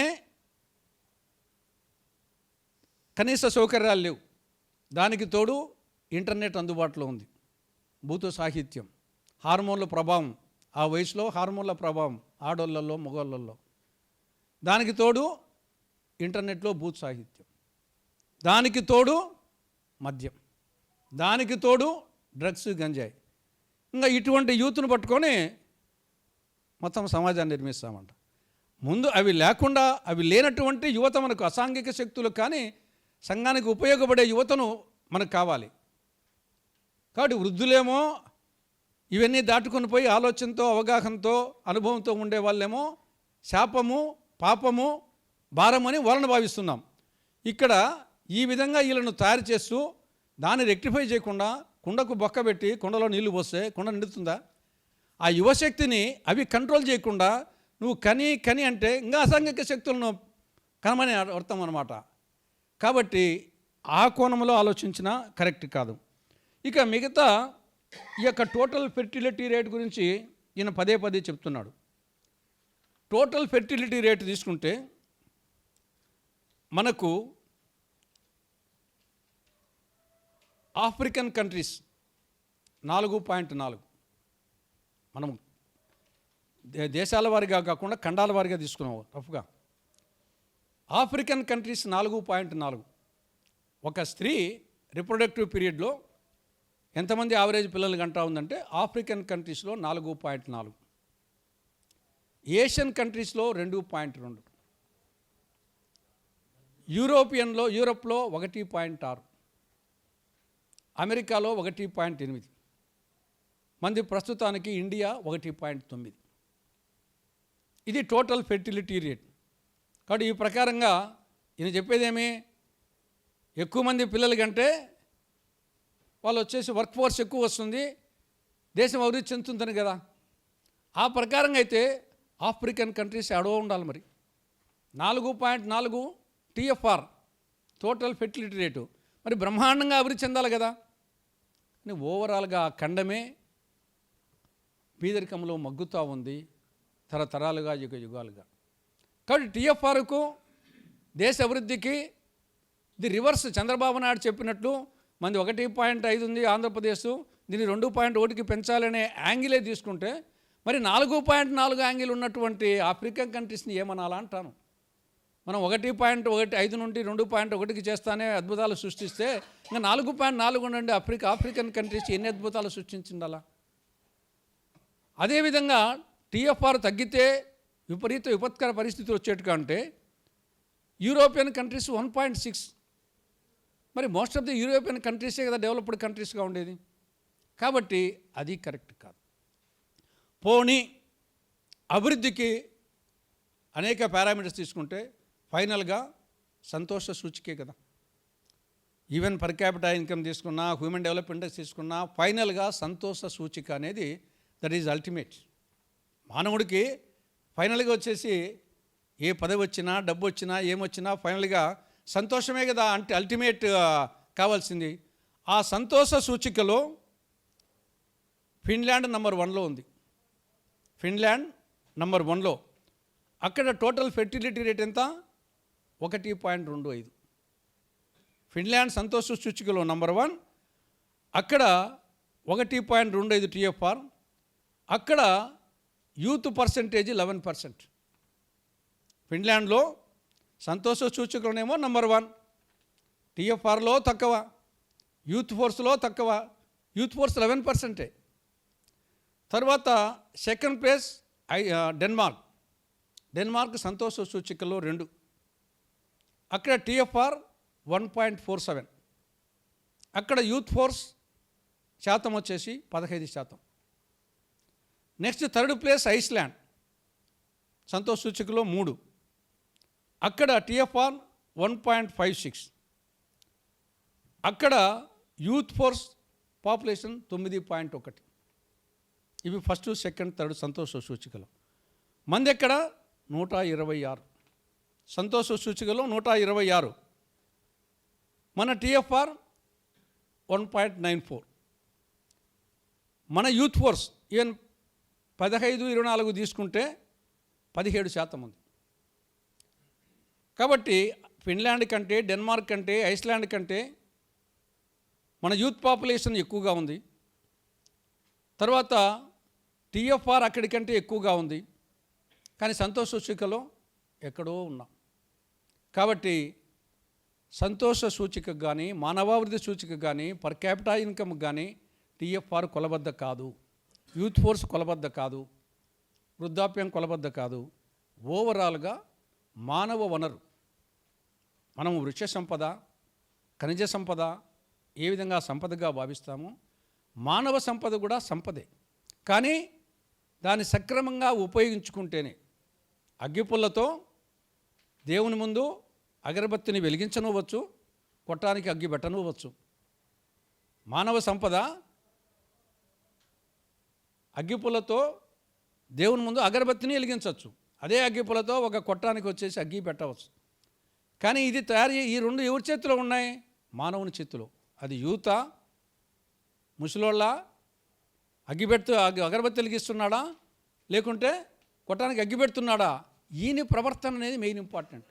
కాబట్టి దాన్ని మార్చకుండా, దాని మీద ఫోకస్ చేయకుండా చంద్రబాబు నాయుడు గారు వచ్చేసి అందుకోసమే పంటి నొప్పికి తుంటి మీద తన్నట్టుంది చంద్రబాబు నాయుడు గారి ఆలోచన ధోరణి.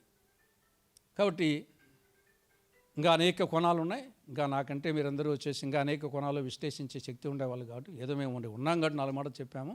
కాబట్టి ఒక్కసారి మనమేమి ప్రతి దానికి బొమ్మ బొరుసా ఉన్నట్టు నాణ్యానికి ప్రతి దానికి మెరిట్స్ డిమెరిట్స్ ఉంటాయి. ప్రతి వ్యక్తికి ఉంటాయి, ప్రతి సంస్థకు ఉంటాయి, ప్రతి వ్యవస్థకు ఉంటాయి, ప్రతి అంశానికి ఉంటాయి. కానీ దాంట్లో మెరిట్స్ శాతం ఎంత, డిమెరిట్స్ శాతం ఎంత, ఏదైనా సరే మెరిట్స్ శాతం ఉండేదాన్ని మనము ఉపయోగించుకోవాలా. ఆ విధంగా ఈ యొక్క ప్రజెంటు పిల్లల్ని ఎక్కువ మంది కనండి, జనాభా పెంచండి అనే దానికి కొన్ని ఆర్గ్యుమెంట్స్ చంద్రబాబు నాయుడు గారు చెప్పిన కొన్ని ఆర్గ్యుమెంట్స్ హేతుబద్ధంగా ఉండొచ్చేమో, కానీ ఓవరాల్గా వచ్చేసి డిమెరిట్స్ ఎక్కువగా ఉన్నాయి. కాబట్టి దీన్ని సమాజంలో చైతన్యం చేసి దీనికి కౌంటర్గా ప్రజాస్వామ్యం కాబట్టి అనేక సందర్భాల్లో చంద్రబాబు నాయుడు గారు ప్రజా ఊపిరిని తలోకి రివర్స్ అయిన సందర్భాలు ఉన్నాయి. కాబట్టి ఇప్పుడు ఉదాహరణకు వచ్చేసి పోలవరము బనకచెర్ల అన్నాడు, రివర్స్ అయిన వల్ల పోలవరము ఇప్పుడు వచ్చేసి నల్లమల సాగర్ అంటున్నాడు బనకచెర్ల పోయి. కాబట్టి రేపు అది కూడా పోతుంది. కాబట్టి ప్రజాభిప్రాయాన్ని మలచాల్సిన అవసరం ఉంది. ఇది ఎందుకంటే ఆల్రెడీ కేవలము మామూలు వ్యక్తి మాట్లాడిన మాటలు కాదు, ఒక ముఖ్యమంత్రిగా అది మాటలే కాదు చేతల కాడికి వచ్చినాడు. కాబట్టి ఖచ్చితంగా మనం కూడా ప్రజల్లో దీన్ని విస్తృతంగా దీన్ని కౌంటర్ ప్రొడక్టివ్గా ఏ విధంగా ఇవ్వబోతుంది చెప్పాల్సిన అవసరం ఉంది. లక్ష్మణ్ రెడ్డి గారు ఒక మంచి సమయంలో ఒక మంచి సబ్జెక్టు మీద ఇంతమంది మేధావులతో, విజ్ఞులతో, ప్రాజ్ఞులతో ఈ కార్యక్రమాన్ని చర్చాగోష్ఠిని పెట్టినందుకు వారిని హృదయపూర్వకంగా అభినందిస్తూ మీరందరూ కూడా ఈ యొక్క మహాయజ్ఞంలో మీరందరూ పాలు పంచుకోవాలని, ప్రజలను చైతన్యవంతులు చేయాలని ఆశిస్తూ, ఆకాంక్షిస్తూ, అభిలషిస్తూ మీ అందరికీ కృతజ్ఞతాపూర్వక నమస్సుమాంజలి తెలియజేస్తూ సెలవు తీసుకుంటున్నాను.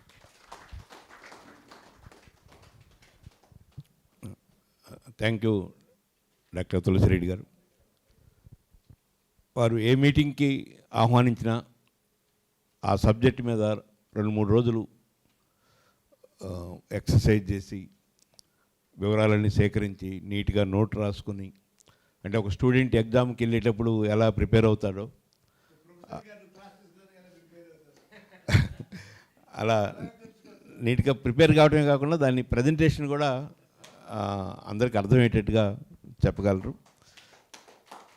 బాధ ఏంటంటే ఇలా చెప్పగలిగిన రాజకీయ నేతలు తగ్గిపోతూ ఉన్నారు. బూతులు తిట్టేవాళ్ళు, ఇళ్ళ మీద దాడులు చేసేవాళ్ళు, పార్టీ ఆఫీస్ మీద దాడులు చేసేవాళ్ళు, బజార్లో విపరీతంగా తిడుతూ వెళ్ళేవాళ్ళు, కర్రలు తీసుకొని కార్లని వాటిని ధ్వంసం చేసేవాళ్ళు వీళ్ళు కనపడతా ఉన్నారు. ఇప్పుడు మండల బుద్ధప్రసాద్ లాంటి వాళ్ళు, తులసిరెడ్డి లాంటి వాళ్ళు చాలా అరుదుగా ఉన్నారు. వారిని సమాజం మరింత ఉపయోగించుకోవాలని కోరుకుంటూ, మిత్రులు రమేష్ పట్నాయక్ గారు దాదాపు 4-5 దశాబ్దాల నుంచి అందరికీ సమాన విద్య రావాలి, అందరికీ అత్యున్నతమైన విద్య అందాలి సమానంగా అనే విషయం మీద నిరంతరం అధ్యయనం చేస్తున్నారు.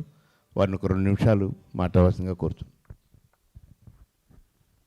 గౌరవనీయులు సభాధ్యక్షులు లక్ష్మణ్ రెడ్డి గారు, కాంగ్రెస్ సీనియర్ నాయకులు తులసిరెడ్డి గారు, అలా వెంకటేశ్వర గారు, ప్రొఫెసర్ సుబ్రహ్మణ్యం గారు, చాలా సందర్భ సహితంగా ఈ సమావేశాన్ని జన చైతన్య వేదిక తరపున లక్ష్మణ్ రెడ్డి గారు నిర్వహిస్తున్నారు. ఇది చాలా అవసరమైన విషయమే. అయితే సహజంగానే రౌండ్ టేబుల్ కాన్ఫరెన్సు అభిప్రాయ భేదానికి కూడా అవకాశం ఉందని నేను భావిస్తున్నాను. ఇందులో రాజకీయ అంశం ఉంది ప్రధానంగా. ఈ రాజకీయ అంశం స్టాలిన్ గారేమో సౌత్ ఇండియాలో జనాభా తగ్గిపోతుంది, అక్కడ తగ్గుతుంది, మనకిది పెరుగుతుంది అని. దీనికి అనేకమైన సమాధానాలు ఉన్నాయి. రాజ్యసభకి ప్రాధాన్యత పెరిగితే, హౌస్ ఆఫ్ స్టేట్స్కి ప్రాధాన్యత పెరిగితే కూడా రాష్ట్రాలకి వాటి జనాభాతో సంబంధం లేకుండా ప్రాధాన్యత రావచ్చు. అనేక ఇతర మార్గాలు కూడా ఉంటాయి. కాబట్టి ఆ రాజకీయ అంశంగా దీన్ని మనం పరిశీలించాల్సిన అవసరం లేదని నేను అనుకుంటున్నాను. రాజకీయాలు కొద్దిగా దూరంగా దీన్ని మనం పరిశీలించే అవకాశం ఉంది. తులసిరెడ్డి గారు బాగా కేటగారికల్గా చెప్పారు. ఇంకొకటి మతపరమైనది, ఆర్ఎస్ఎస్ వాళ్ళు ఏ విధంగా అయితే దీన్ని ముందుకు తీసుకొస్తున్నారో, దాన్ని మతపరమైంది అయితే మనకు సమస్య ఉండేది కాదు, అనేక విషయాలు చర్చించవచ్చు. మతం రాజకీయంగా మార్చబడింది కాబట్టి అది కూడా ఒక రకంగా రాజకీయమైన విషయంగానే ఈనాడు ఉంది. దాన్ని కూడా మనం పక్కన పెట్టి ఆలోచిద్దాం. కానీ దాని మీద ఆల్రెడీ చర్చ జరిగింది కాబట్టి దాన్ని కూడా మనం పక్కన పెట్టి ఆలోచిద్దాము. మేజర్ క్వశ్చను అర్థశాస్త్రానికి సంబంధించింది. ప్రొఫెసర్ ఇక్కడ ఉండి అర్థశాస్త్రానికి సంబంధించిన విషయాలు మన ముందు పెట్టారు. అక్కడే మనం కొద్దిగా కేంద్రీకరించి ఒక్క మేరకు పరిశీలించవచ్చు. ఒకటి, ఈనాడు ఎంతమంది అయితే బాలబాలికలు ఉన్నారో, యువత ఉన్నారో, వీళ్ళకి ప్రమాణాలు గల విద్య, శిక్షణ ఇస్తున్నామా? ఈ విషయాన్ని పక్కన పెట్టి మరింతమంది పిల్లల్ని కనమని చంద్రబాబు నాయుడు గారు అంటే దానికి ఏమన్నా మీనింగ్ ఉందా? ఉన్న వాళ్ళని మీరు బాగు చేయండి, వాళ్ళకే జీవితం మీద ఆశ కలిగితే ఇంకా ఎక్కువ మంది పిల్లల్ని కంటారు. ప్రజలకి జీవితం మీద ఆశ పోతుంది యాక్చువల్ పరిస్థితి. అందుకొరకే డ్యూయల్ ఇన్కమ్ నో చైల్డ్ అనే ఈ కాన్సెప్ట్, అంటే మాతో ఈ ప్రపంచమే అంతమైపోవాలి అనే భావజాలము ప్రజల్లో ఒక సైకాలజీ ఇప్పుడు డెవలప్ అవుతుంది. అది సమాజం కొనసాగాలి అని, అసలు పునర్జన్మ అన్న భావన కూడా నేను కొనసాగాలి, మానవ జాతి కొనసాగాలి అనే భావన నుంచి వచ్చింది. కానీ ఇప్పుడు మానవ జాతి కొనసాగాలి, నేను కొనసాగాలి, నాకు పిల్లలు ఉండాలి అనే భావం నుంచే మానవ జాతి బయటపడిపోతున్న ఒక దుర్భర సంక్షోభం ఈనాడు సమాజంలో ఉంది. అటువంటి పరిస్థితుల్లో లక్షలాది మంది పిల్లలు ఈనాడు ప్రభుత్వ పాఠశాలల్లో, మనకి చాలా సర్వేలు వస్తున్నాయి. ఈ సర్వేల్లో ఏం చెప్తున్నారంటే, ఆసర్ సర్వే వాటిలో 8వ తరగతి పిల్లగాడు 2వ తరగతి పాఠ్యపుస్తకాన్ని చదవడంలో 40% మంది కూడా చదవలేకపోతున్నారు చెప్తున్నారు. ఇంకా మీకు నేను చెప్తాను, ఎందుకంటే నాకు రోజు వార్తలు వస్తాయి టీచర్ల నుంచి. 10వ తరగతికి వచ్చిన పిల్లలు, ఇప్పుడేమో 9వ తరగతి కంప్లీట్ చేసి 10కి వస్తున్న పిల్లల్ని వేరేగా తీసుకొని కూర్చొని 10 ప్రారంభించారు, సిలబస్ ప్రారంభించారు ఈవేళ నుంచి. అందులోనే చదవను రాయను రాలేని వాళ్ళు 2 సెక్షన్లు 80 మందికి 10 మంది తేలారు. 10వ తరగతి పిల్లలు చదవను రాయని లేని వాళ్ళు 10 మంది తేలారు. మేము ఎప్పటి నుంచో అడుగుతున్నాము, అయ్యా ప్రాథమిక పాఠశాలల్ని బాగు చేయండి.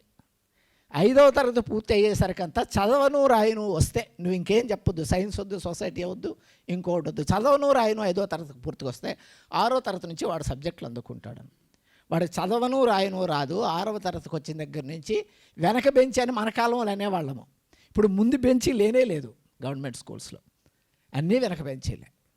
ప్రతివాడు వెనక బెంచికే కంపీట్ చేస్తున్న పరిస్థితి నాడు ఉంది. మేము ఈ ప్రభుత్వానికి అనేక మార్లు రిప్రజెంట్ చేశాము, ఇంతకుముందు వైఎస్ఆర్ ప్రభుత్వానికి రిప్రజెంట్ చేశాము. ప్రాథమిక పాఠశాలలో బాగు చేయండి అంటే క్లస్టరైజేషన్ చేస్తామంటారు, కలిపేస్తామంటారు. కలిపేస్తే విద్య దూరం అవుతుంది. మేమేమన్నా రెండింటికి కొంత కాంప్రమైజ్ ఉంచండి. స్కూళ్ళు కలిపేయడం కాకుండా ప్రతి స్కూల్ని బాగు చేయండి. ప్రతి స్కూల్ని బాగు చేయడానికి 20:1 పీటీఆర్ అంటే ప్యూపిల్ టీచర్ రేషియో, 20 మంది పిల్లలకి ఒక టీచర్ని మీరు ఇవ్వండి. 40 మంది పిల్లలు దాటితే 3 టీచర్లు ఇవ్వండి. 20 సంవత్సరాల నుంచి చెప్పలా, చేయలేదు. ఇప్పుడు 45 దాటితే 5 టీచర్లను ఇస్తున్నారు. అక్కడ 3 గదులే ఉన్నాయి. ఇద్దరు, ఐఎమ్ సారీ నేను ఇక్కడ రికార్డ్ అవ్వటం లేదని ఆశతో చెప్తున్నాను, 2 టీచర్లకి పిల్లలు లేరు, గదులు లేవు, బయట తిరుగుతున్నారు. అంటే ఒకవైపు అజీర్తి పద్ధతి, ఇంకో దగ్గర పిల్లలు ఉన్నారు, టీచర్లు లేరు. అంటే ఇది ఎగ్జిక్యూషన్లో వచ్చిన ప్రాబ్లం కాదు, పాలసీలోనే ప్రాబ్లం. 20:1 మనకు విద్యా హక్కు చట్టం ఉంది అఖిల భారత స్థాయిలో. వాళ్ళు 30:1 టీచర్ పీపుల్ రేషియో ఇచ్చారు. ఈ రాష్ట్ర ప్రభుత్వాన్ని దానికి అదనంగా 1 పోస్ట్ ఇవ్వండి ప్రైమరీ స్కూల్కి, అది 20:1 ఆటోమేటిక్గా అవుతుంది. ఆ 1 పోస్టు ఇంగ్లీష్ను బోధించడానికి ఇవ్వండి. మీరు ఇంగ్లీష్ అంటున్నారు కదా, ఇంగ్లీష్ మీడియం వాళ్ళు ఇంగ్లీష్ రాదు. బీటెక్ పూర్తి చేసిన వాడు కూడా అమెరికా వెళ్ళాలి అంటే మళ్ళీ ఇంగ్లీష్ కోచింగ్కి వెళ్తున్నాడు, లేకుండా వాళ్ళు ఆ ఎగ్జామినేషన్స్ క్లియర్ చేయలేకపోతున్నారు. ఇంగ్లీష్ బోధించడానికి ఒక టీచర్ని ఇవ్వండి అంటే గత ప్రభుత్వం కానీ ఈ ప్రభుత్వం కానీ అన్డివైడెడ్ ప్రభుత్వాలు కానీ పట్టించుకునే పరిస్థితి. మన ప్రాథమిక విద్య చాలా దుర్మార్గమైన పరిస్థితుల్లో ఉంది. హై స్కూల్ కండక్షన్ బాగుంది, సబ్జెక్ట్ టీచర్లు ఉన్నారు, కానీ హై స్కూల్కి వచ్చేసరికి స్టూడెంట్కి చదవను రాయని పరిస్థితి. మన ఇమీడియట్ క్వశ్చన్కి వచ్చేసరికి అంటే ఉన్న పిల్లలకి క్వాలిటీ ఎడ్యుకేషన్ ఇద్దాం, పౌష్టిక ఆహారం ఇద్దాము, శిక్షణ ఇద్దాము, వివిధ వృత్తులు చేయడానికి శిక్షణ, ఇంటర్మీడియట్ 10th క్లాస్ అయిపోయిన తర్వాత మంచి ఐటీఐలు పెడదాము, మంచి వొకేషనల్ కోర్సులు పెడదాము, మంచి శిక్షణ ఇద్దాము అనే ఆలోచన లేకుండా పిల్లల్ని కనమని ఆయన చెప్తున్నాడు. ఇది ఒక రకంగా డైవర్షన్ పాలిటిక్స్. ఆయన పాలసీతో నేను వ్యతిరేకించటం లేదు. నేనైతే 1.5కి దిగిపోయేసరికి మరికొద్ది మంది మనము జనాభా పెరగాల్సిన సౌత్ ఇండియాలో కానీ ఇండియాలో కూడా 1.9కి తగ్గింది, ఆంధ్రప్రదేశ్లో కానీ ఉండొచ్చు. కానీ వాళ్ళ పాలిటిక్స్ ఏమిటంటే ఈనాడు బెంగాల్ గవర్నమెంట్ ప్రతి వార్డులో ప్రతి గ్రామంలో ఒక కంప్యూటర్ని, ఒక అబ్బాయిని అమ్మాయిని కూర్చోబెట్టి ప్రతి ఒక్కరి ఓటు ప్రొటెక్ట్ చేయడానికి ప్రయత్నిస్తుంది. మన రాష్ట్రంలో పరిస్థితి ఏంటి? ఎన్ని ఓట్లన్నా పోనీయండి, మునిగిపోనీయండి, లక్షలాది మంది ఓట్లు తొలగించినా మేము హాయిగా పరిపాలించుకుంటాం. ఇంకా వాళ్ళకి డబ్బులు పంచే పని ఉండదుగా. టీడీపీ వాళ్ళు పంచక్కర్లే, వైఎస్ఆర్సీపీ వాళ్ళు పంచక్కర్లా, అదృష్టం కలిసి వచ్చి రేపు పొద్దున కాంగ్రెస్ గట్టిపడిన వాళ్ళు పంచక్కర్లా. ఇది పరిస్థితి. కాబట్టి చంద్రబాబు నాయుడు ఎస్ఐఆర్ లాంటి ప్రమాదం వస్తుంటే దాని గురించి మాట్లాడకుండా దాన్ని డైవర్ట్ చేయడానికి ప్రతి ఒక్కరి ఓటు కాపాడాలనే దాని మీద చర్యలు తీసుకోకుండా పిల్లల్ని గండం గురించి ఈనాడు మాట్లాడుతున్నాడు. ఇది మెయిన్ పొలిటికల్గా వాళ్ళ తాలూకా పరిస్థితి ఉంది. పోతే ఎకనామిక్స్కి వచ్చేసరికి, ఎకనామిక్స్కి ముందు ఇంటికి వచ్చేసరికి మనకి అంతంతకి యంత్రాలు పెరుగుతున్నాయి, బాగానే ఉంది. కాబట్టి అన్ని పనులు యంత్రాలు చేస్తున్నాయి, బాగానే ఉంది. ఈ యంత్రాలు పెరగడం అనేది మీకు ఎక్కడ ఎక్కువగా ప్రయోజనకరంగా కనిపిస్తుందంటే మ్యానుఫ్యాక్టరీలో, వస్తు తయారీ పరిశ్రమల్లో యంత్రాలు పెరుగుతున్నాయి, మనుషులు తగ్గుతున్నారు. కానీ సర్వీస్ సెక్టార్లో, సేవా రంగంలో మనుషులు కావాల్సి వస్తూనే ఉంది. ఇప్పుడు ఆంధ్రప్రదేశ్లో ఉండే ప్రజలందరికీ మంచి ఆహారము, ఆర్గానిక్ ఫుడ్డు, మంచి విద్య, మంచి వైద్యము, మంచి గృహ వసతి. మొన్నే ప్రభాత్ పట్నాయక్ గారు మన వాళ్ళు ఒక మీటింగ్ ఏర్పాటు చేశారు, బియాండ్ లిబరలిజం అనే మీటింగ్లో. ఆయన చెప్తున్నారు విద్య కావాలి, వైద్యం కావాలి, గృహ వసతి కావాలి, మంచి వాతావరణం కావాలి. అంటే వాతావరణ విధ్వంసం చేసిన అభివృద్ధి చంద్రబాబు నాయుడు గారి అభివృద్ధి మోడల్ అసలు మేజర్ ప్రాబ్లము. ఆయన అభివృద్ధి మోడలు వాతావరణాన్ని విధ్వంసం చేసే అభివృద్ధి. హైదరాబాదు నుంచి ఇక్కడికి రావడానికి గంటలో వస్తాను, 500 మీటర్ల వెడల్పు గల రోడ్డు వేస్తాను అని. అంటే నువ్వు ఎన్ని లక్షల ఎకరాలని విధ్వంసం చేయబోతున్నావు? ఈ ఉన్న జనాభాకి తిండి గింజలు పండించుకునే పరిస్థితి కూడా రేపొద్దున్న మనకి ఉండదు. ఆయనతో వచ్చే ప్రాబ్లం ఏంటంటే ఆయన డెవలప్మెంట్ మోడల్లోనే చాలా సీరియస్ ప్రాబ్లం ఉంది. ఈ డెవలప్మెంట్ మోడల్లో చివరికి వాళ్ళు ఎక్కడికి వస్తున్నారంటే పిల్లలు కనాలి, వీళ్ళు చౌక లేబర్గా అందుబాటులో ఉండాలి. మేజర్ పొలిటికల్ క్వశ్చన్ ఏంటంటే ఇప్పుడు నిన్న ప్రభాత్ పట్నాయక్ గారి దగ్గర కూడా చర్చ వచ్చింది. కాంగ్రెస్ అధికారంలో ఉన్నప్పుడు కేంద్రంలో కమ్యూనిస్టుల సపోర్ట్తో UPA 1 కానీ తర్వాత UPA 2లో కూడా మనకి ఈ 100 రోజుల పని దినం గ్యారంటీ ఇచ్చారు. ఈ 100 రోజుల పనిదినం గ్యారంటీ ఇచ్చినప్పుడు ప్రొఫెసర్ గారు చెప్పినట్టు అక్కడ కూలీ రేట్లు పెరిగాయి గ్రామాల్లో. ఇప్పుడు రైతులు, పంజాబ్ రైతులు, హర్యానా రైతులు, వెస్ట్ యూపీ రైతులు ప్రధానంగా 3 ఫార్ములాస్కి వ్యతిరేకంగా పోరాడారు. మోడీ తల వంచుకోవాల్సి వచ్చింది. ఇది మోడీకి చాలా కష్టంగా ఉంది.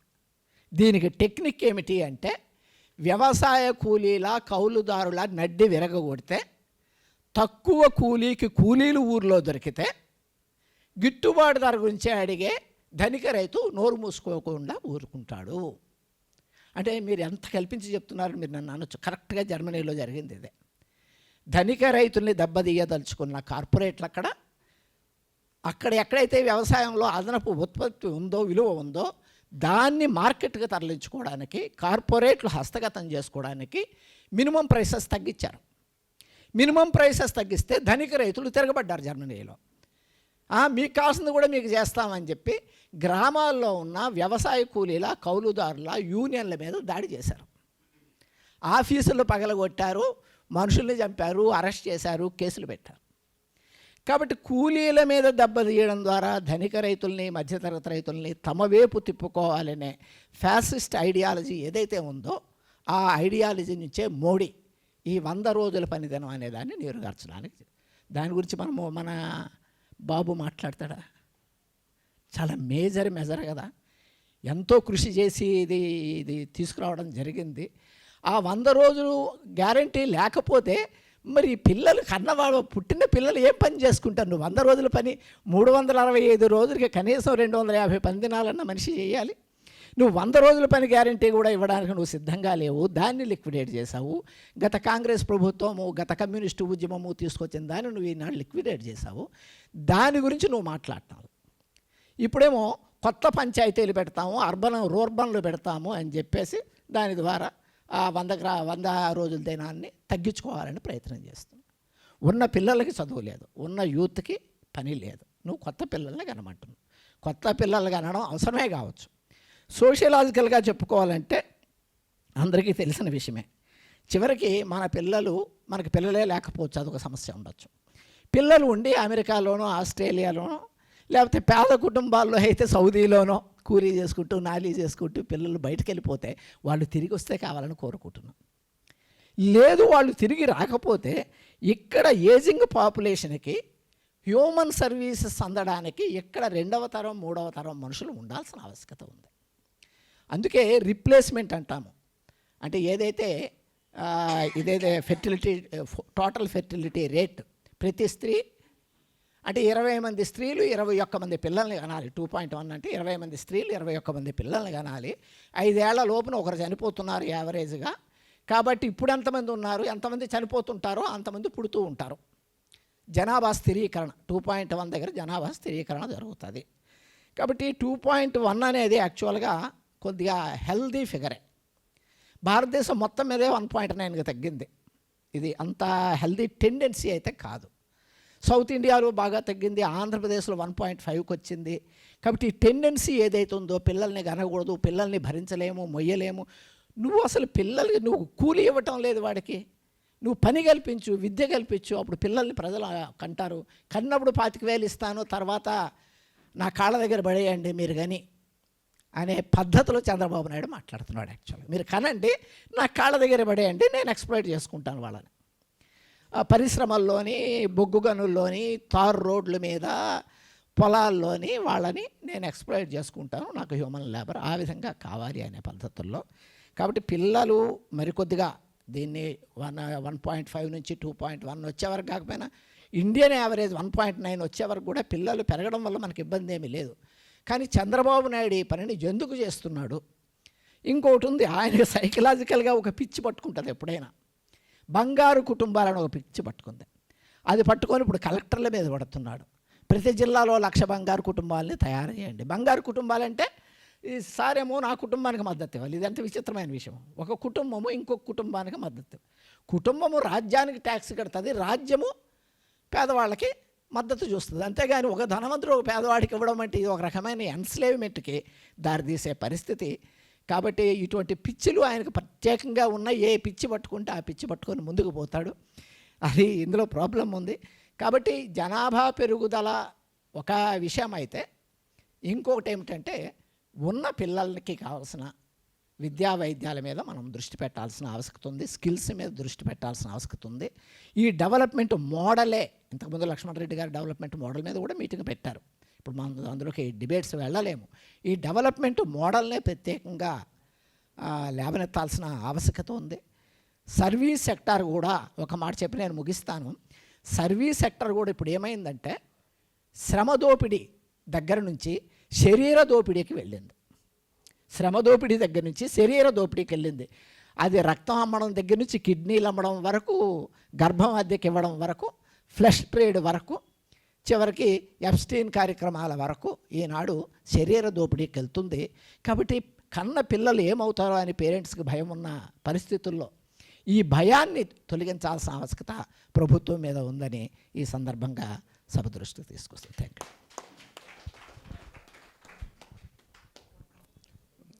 థ్యాంక్ యూ రమేష్ పట్నాయక్ గారు. ఏవి పటేల్ గారు, ఒక్క నిమిషం. వారు ఇంతకుముందు గవర్నమెంట్ గెజిట్ ఆఫీసర్స్ అసోసియేషన్ అధ్యక్షులుగా పనిచేశారు. గవర్నమెంట్ ఆఫ్ ఆంధ్రప్రదేశ్లో ఇండస్ట్రీస్ డిపార్ట్మెంట్లో అడిషనల్ డైరెక్టర్గా పనిచేసి రిటైర్ అయ్యారు. సభాధ్యక్షులు లక్ష్మణ్ రెడ్డి గారికి, కాంగ్రెస్ నాయకులు తులసిరెడ్డి గారికి, వేదిక మీద ఉన్న పెద్దలకి మీ అందరికీ నా హృదయపూర్వక ధన్యవాదాలు తెలియజేస్తున్నాను సార్. 12 సంవత్సరాల క్రితం దిక్కు దివాణం లేకుండా మన రాష్ట్రం విడిపోయింది. మొండెం లేదు, తల లేదు, కాళ్ళు లేదు, చేతులు లేదు. ఇది మన పరిస్థితి. మరి సీఎం గారు వీటి గురించి ఎందుకు మాట్లాడుతున్నారో నాకు ఇప్పటికీ అర్థం కాదు నాకు. అంటే అన్ని డైవర్సిఫికేషన్ పాలిటిక్స్ చేస్తున్నారు, అభివృద్ధి మర్చిపోతున్నారు, రియల్ ఎస్టేట్ బిజినెస్ చేస్తున్నారు. నేను తులసిరెడ్డి గారికి, లక్ష్మణ్ రెడ్డి గారికి ఒకే ఒక విజ్ఞప్తి చేస్తున్నా. సార్, వైఎస్ఆర్సీపీ మీద, టీడీపీ మీద జనాలు చాలా కోపగున్నారు. మీరు సిపిఐ, సిపిఎం, జాడా శ్రావణ్ కుమార్ మీరందరూ కూడా కలిసి ఒక అడుగు ముందుకేస్తే రాష్ట్రం అభివృద్ధి చెందిద్దని. అవును సార్, అవును సార్,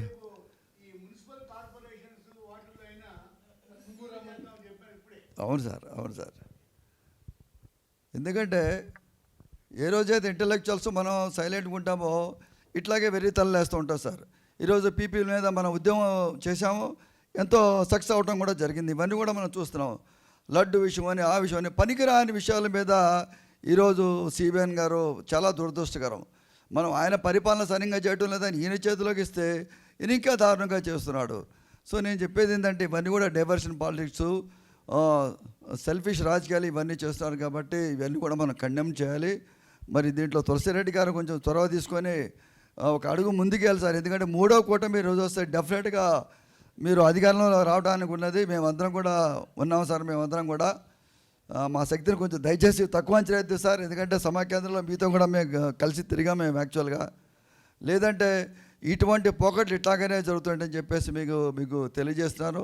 హెరిటేజ్కి ఏమో 250 కోట్ల రూపాయలేమో ఇన్సెంటివ్స్ ఇవ్వడం జరిగింది. నిన్న 35 మందికి ఉపాధి కల్పిస్తారని చెప్పేసి, దళితులు, ఎస్సీ, ఎస్టీలు చేసాము ఈరోజు అసెంబ్లీ ముందు రాయితీలు ఇవ్వమని చెప్పేసి స్ట్రైకులు, ధర్నాలు ఇవన్నీ చేస్తే అసలు మనల్ని అరెస్ట్ చేసి కేసులు పెట్టడం కూడా జరుగుతుంది. కాబట్టి ఈ పోకటలన్నీ ఆగాలంటే 3వ ఫ్రంట్ రావాలని చెప్పేసి మీకు విజ్ఞప్తి చేస్తూ సెలవు తీసుకుంటాను sir. Thank you sir. Penugonda Lakshminarayana garu, అభ్యుదయ రచయిత సంఘం జాతీయ అధ్యక్షులు.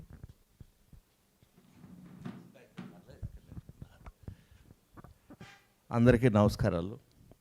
ఈరోజు ఈ వేదిక మీద జనాభా పెరుగుదల, సంపద సమస్య అనే చర్చాగోష్ఠికి ఒక మంచి ప్రాతిపదిక లభించింది. మీరు పెద్దలందరూ మాట్లాడారు, చాలా చక్కగా విశ్లేషణాత్మక ప్రసంగాలు చేశారు. అసలు ఈ వ్యవస్థ ఎలా ఉందంటే, బాల్యంలో రక్షణ లేదు, యవ్వనంలో శిక్షణ లేదు, వృద్ధాప్యంలో రక్షణ లేదు. మీరందరూ చెప్పిన దానికి సంబంధించి ఒక విశ్లేషణ అన్నమాట. ఈ పరిస్థితుల్లో ఈ వ్యవస్థ ఉన్నప్పుడు వృద్ధాప్యం ఒక శాపమా అని కూడా ఒక ప్రశ్న వచ్చింది. వృద్ధాప్యం శాపం కాదని పెరవల శ్రీరాములు గారు, సిపిఐ మాజీ శాసనసభ్యులు, ఆయన చనిపోయారు. ఆయన ఒక మంచి పుస్తకం రాశారు, వృద్ధాప్యం శాపం కాదని చెప్పి. అది మనం అందరం దొరుకుతుంది, అది ఎక్కడైనా, అది కొంచెం చదువుకుందాం. ఆయన కూడా ఇట్లాగే తులసిరెడ్డి గారు, మా ప్రొఫెసర్ వారు ఇచ్చిన సూచనలని చక్కగా ఇచ్చారు, బాగుంది. అయితే ఇక్కడ దీనికి సంబంధించి ప్రధానమైన అంశం ఏంటంటే, ఇది ముఖ్యంగా మహిళలకు సంబంధించిన అంశం ఇది. ఇప్పుడు ఈ మహిళా సంఘాలు అనేవన్నీ ఈరోజు సమష్టిగా వ్యతిరేకిస్తున్నాయి ఈ జనాభా పెరుగుదల సంపదని అనే ఈ చంద్రబాబు నాయుడు ప్రతిపాదనను తీవ్రంగా వ్యతిరేకిస్తున్నాయి. అసలు ఎందుకంటే ఇటీవల కాలంలో పునరుత్పత్తివాదం అని చెప్పి మహిళా లోకంలో ఒక అంశం తలెత్తింది. అంటే రీప్రొడక్షన్ థియరీ అన్నమాట. అంటే అసలు కనే హక్కు ఎవరిది అనే ఒక మౌలికమైన ప్రశ్న వచ్చినప్పుడు కనే హక్కు స్త్రీలదనేది అది గ్రహించాలి వ్యవస్థ అని చెప్పి మహిళా మేధావులు మహిళా సంఘాల వాళ్ళు ప్రతిపాదనలు చేస్తున్నారు. మీరు కాదు, మగోళ్ళు ఏదో జరుగుతుంది, ఆర్థికంగా కొంత శ్రమ చేసి తీసుకొని వస్తున్నారు. మేము మహిళలం ఏంటంటే ఉద్యోగంలో బానిస చాకరీ చేస్తున్నాం, ఇంట్లో బానిస చాకరీ చేస్తున్నాం. మా శారీరక దోపిడీ, ఇందాక వారు చెప్పారు, శ్రమ దోపిడీయే కాదు శారీరక దోపిడీ జరుగుతున్న ఈ సందర్భంలో మేము పిల్లలు కనగలమా లేదా, మా ఆరోగ్యం ఏమిటి, ఈ వ్యవస్థ వీటన్నిటిని పట్టించుకోవాలి. ఈ చంద్రబాబు నాయుడికి జ్ఞానం ఉందా లేదా అనేది కూడా ప్రశ్న అనమాట. ఇట్లాంటప్పుడు ఈ చర్చల్ని స్త్రీలోకంలోకి తీసుకెళ్ళాలి. ముందు వాళ్ళ దగ్గర నుంచి ఈ ప్రతిపాదనలు రావాలి. దీన్ని తిరస్కరించాల్సిన అవసరం ఉంది. మేమైతే ఒక అభ్యుదయరచన సంఘంగా ఇటువంటి తెలివి తక్కువ ప్రతిపాదనలు తిరస్కరించాలి అని చెప్పి ప్రజలను కోరుకుంటున్నాం. సెలవు మిత్రులారు, ధన్యవాదాలు. మిత్రులు సతీష్, మానవతా సంస్థ సెక్రటరీ.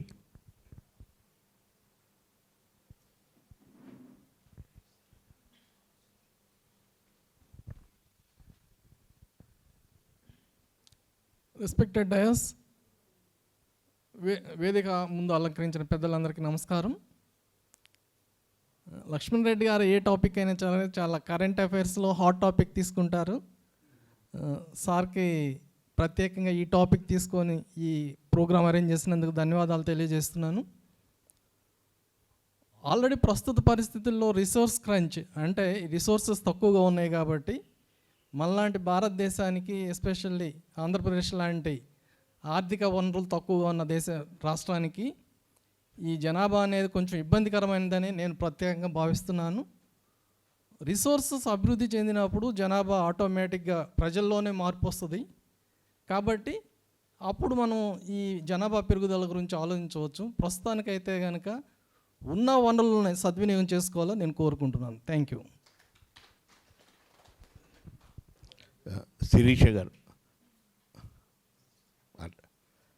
పాప శిరీష రెడ్ క్రాస్లో పనిచేస్తుంటారు. ఇంతకుముందు గత 2 సంవత్సరాలుగా ఒక 50 మంది వృద్ధుల్ని వాళ్ళ ఇంటి దగ్గర బ్రేక్ఫాస్ట్, లంచ్ ఏదో ఏర్పాటు చేయటం.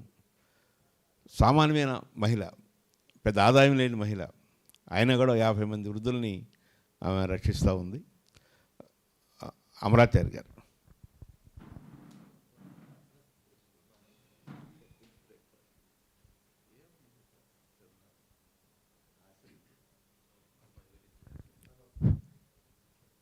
అందరికీ నమస్కారం అండి.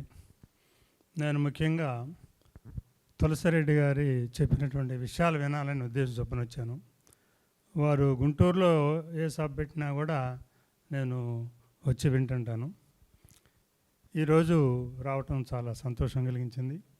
ముఖ్యంగా జనాభా పెరుగుదల సంపద సమస్య అనేటువంటి అంశం మీద తులసిరెడ్డి గారు కూడా అది ఒక విధంగా సంపదే, సద్వినియోగం చేసుకోవాలన్నారు.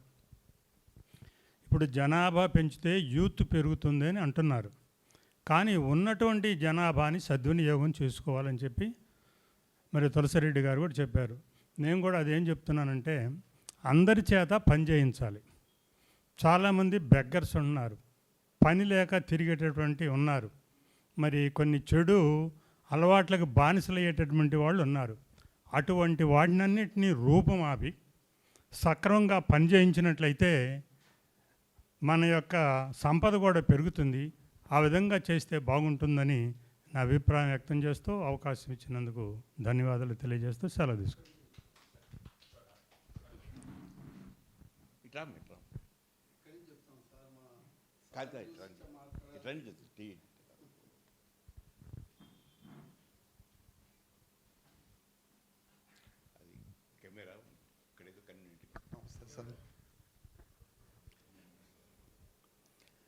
వేదిక అలంకరించినటువంటి పెద్దలందరికీ నా నమ్మకపూర్వకమైనటువంటి నమస్కారాలు తెలియపరుచుకుంటూ, ఆరుద్ర గారు ఒక పాట రాశారు. సస్యశ్యామల దేశం అయినా నిత్యం క్షేమం, ఉప్పొంగే నదుల జీవజలాలు ఉప్పు సముద్రం పాలు, యువకుల శక్తికి భవితవ్యానికి ఇక్కడ తిలోదకాలు అన్న. యువకుల శక్తికి భవితవ్యానికి ఇక్కడ తిలోదకాలు, ఇది కాన్సెప్ట్. ఇక్కడ పెద్దలందరూ కూడా చెప్పింది ఈ విషయంలోనే, ఈ వాక్యంలోనూ నిగూఢమైనటువంటి అమోఘమైనటువంటి వేదన ఉంది. ఆ వేదనని ఒక 4 అక్షరాల్లో మీకు నివేదించడానికి ప్రయత్నం చేస్తాను. వారు సార్ చెప్పినట్టు ఇప్పుడు బిడ్డల్ని కనండి అనే దానికన్నా మనం చేయవలసినటువంటి పని, ప్రతి 50 కుటుంబాలలో ఆ కుటుంబ సభ్యులలో బిలో 10th క్లాస్ స్టూడెంట్స్ ఎంతమంది ఉన్నారు, బిలో ఇంటర్మీడియట్ స్టూడెంట్స్ ఎంతమంది ఉన్నారు, డిగ్రీ క్వాలిఫైడ్ అయినటువంటి వాళ్ళు ఎంతమంది ఉన్నారు, పోస్ట్ గ్రాడ్యుయేట్స్ ఎంతమంది ఉన్నారు. ఇది ఒక ప్రాతిపదిక మీద మనం లెక్కలోకి తీసుకుంటే వాళ్ళకి మనం ఊహించినంత యువత పని లేక, పని ఉన్న చెడు వ్యసనాలకు బానిసలై భారంగా తయారయ్యేటటువంటి పరిస్థితులు నేడు మనకి కళ్ళ ముందు కనపడుతూనే ఉన్నాయి. కాబట్టి వీళ్ళు ఈ ప్రాతిపదిక మీద తీసుకొని వాడికి ఎవరెవరికి ఏం స్కిల్ డెవలప్మెంట్స్ కావాలి, వారు ఏమేమి పనులు చేయడానికి కోరుకుంటున్నారు, అవి తీసుకొని వాళ్ళని ముందుకు తీసుకువెళ్ళాలనేటువంటిది ఒకటి. 2, సార్ చెప్పినటువంటి విషయం చాలా గొప్ప విషయంగా చెప్పారు. అసలు ఇది స్త్రీల సమస్య, స్త్రీలు బిడ్డలను కనండి అనే దాని మీద అసలు ఆ స్త్రీల యొక్క ఆవేదన ఏమిటి, వాళ్ళ ఆరోగ్యం ఏమిటి, వాళ్ళ మంచి చెడ్డలు ఏమిటి అనే దాని మీద ఒక పాయింట్ వారు చెప్పడం జరిగింది. తర్వాత సార్ కూడా చాలా మంచి పాయింట్ చెప్పారు. ఇక్కడికి రావడంలో ముఖ్య ఉద్దేశం ఏమిటంటే, ఇప్పుడు మా ధనుంజయ రెడ్డి గారు, మేము ఈ ఒక ప్రోగ్రాం చేస్తూ ఉంటాం. ఒక మనిషిని ప్రేమించడం అంటే, అభిమానించడం అంటే మనకు తెలియకుండా కొంతమంది వ్యక్తుల యొక్క గుణాలని మనం తీసుకోవడం జరుగుతుంది. అదేవిధంగా నేను గత 20 సంవత్సరాల నుంచి, అంటే సార్కు తెలుసు, 50 సంవత్సరాల నుంచి పరిశీలించి పరీక్షిస్తే నాకు అత్యున్నతమైనటువంటి గొప్ప వ్యక్తిగా నాకు డాక్టర్ తులసిరెడ్డి గారు కనపడ్డారు. ఎందుకంటే జీవితం ఉన్నతము, జీవనము అత్యున్నతమైనటువంటి మనిషిగా నేను గమనించాను. కోరి ఈరోజు నేను వారి గురించే రావటం జరిగింది.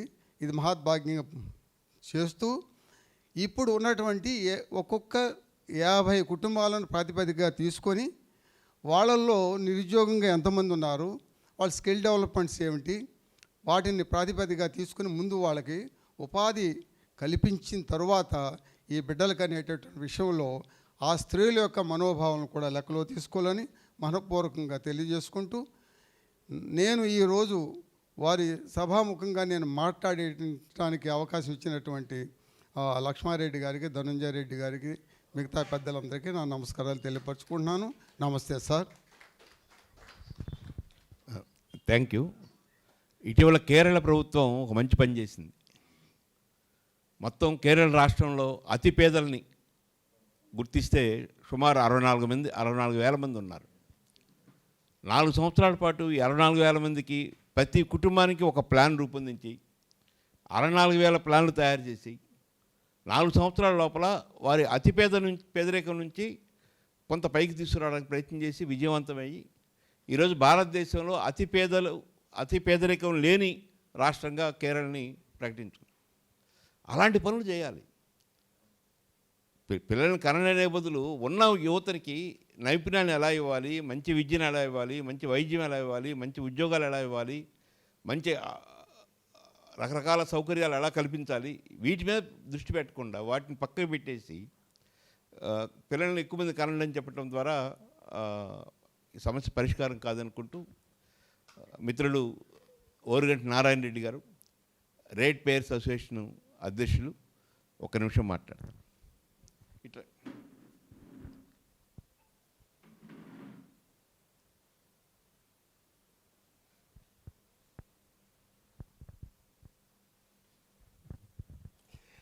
సభకు నమస్కారం.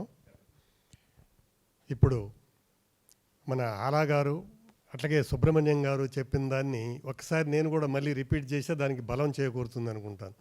ఎందుకంటే ఎవరన్నా చెప్పినంత మాత్రాన ఎంత గొప్పవాళ్ళు చెప్పినా కూడా కనే పరిస్థితులు లేవు. అందుకని మనము ఆందోళన చెందాల్సిన అవసరం లేదు. కానీ అయితే ఇక్కడ ఇంకొకటి,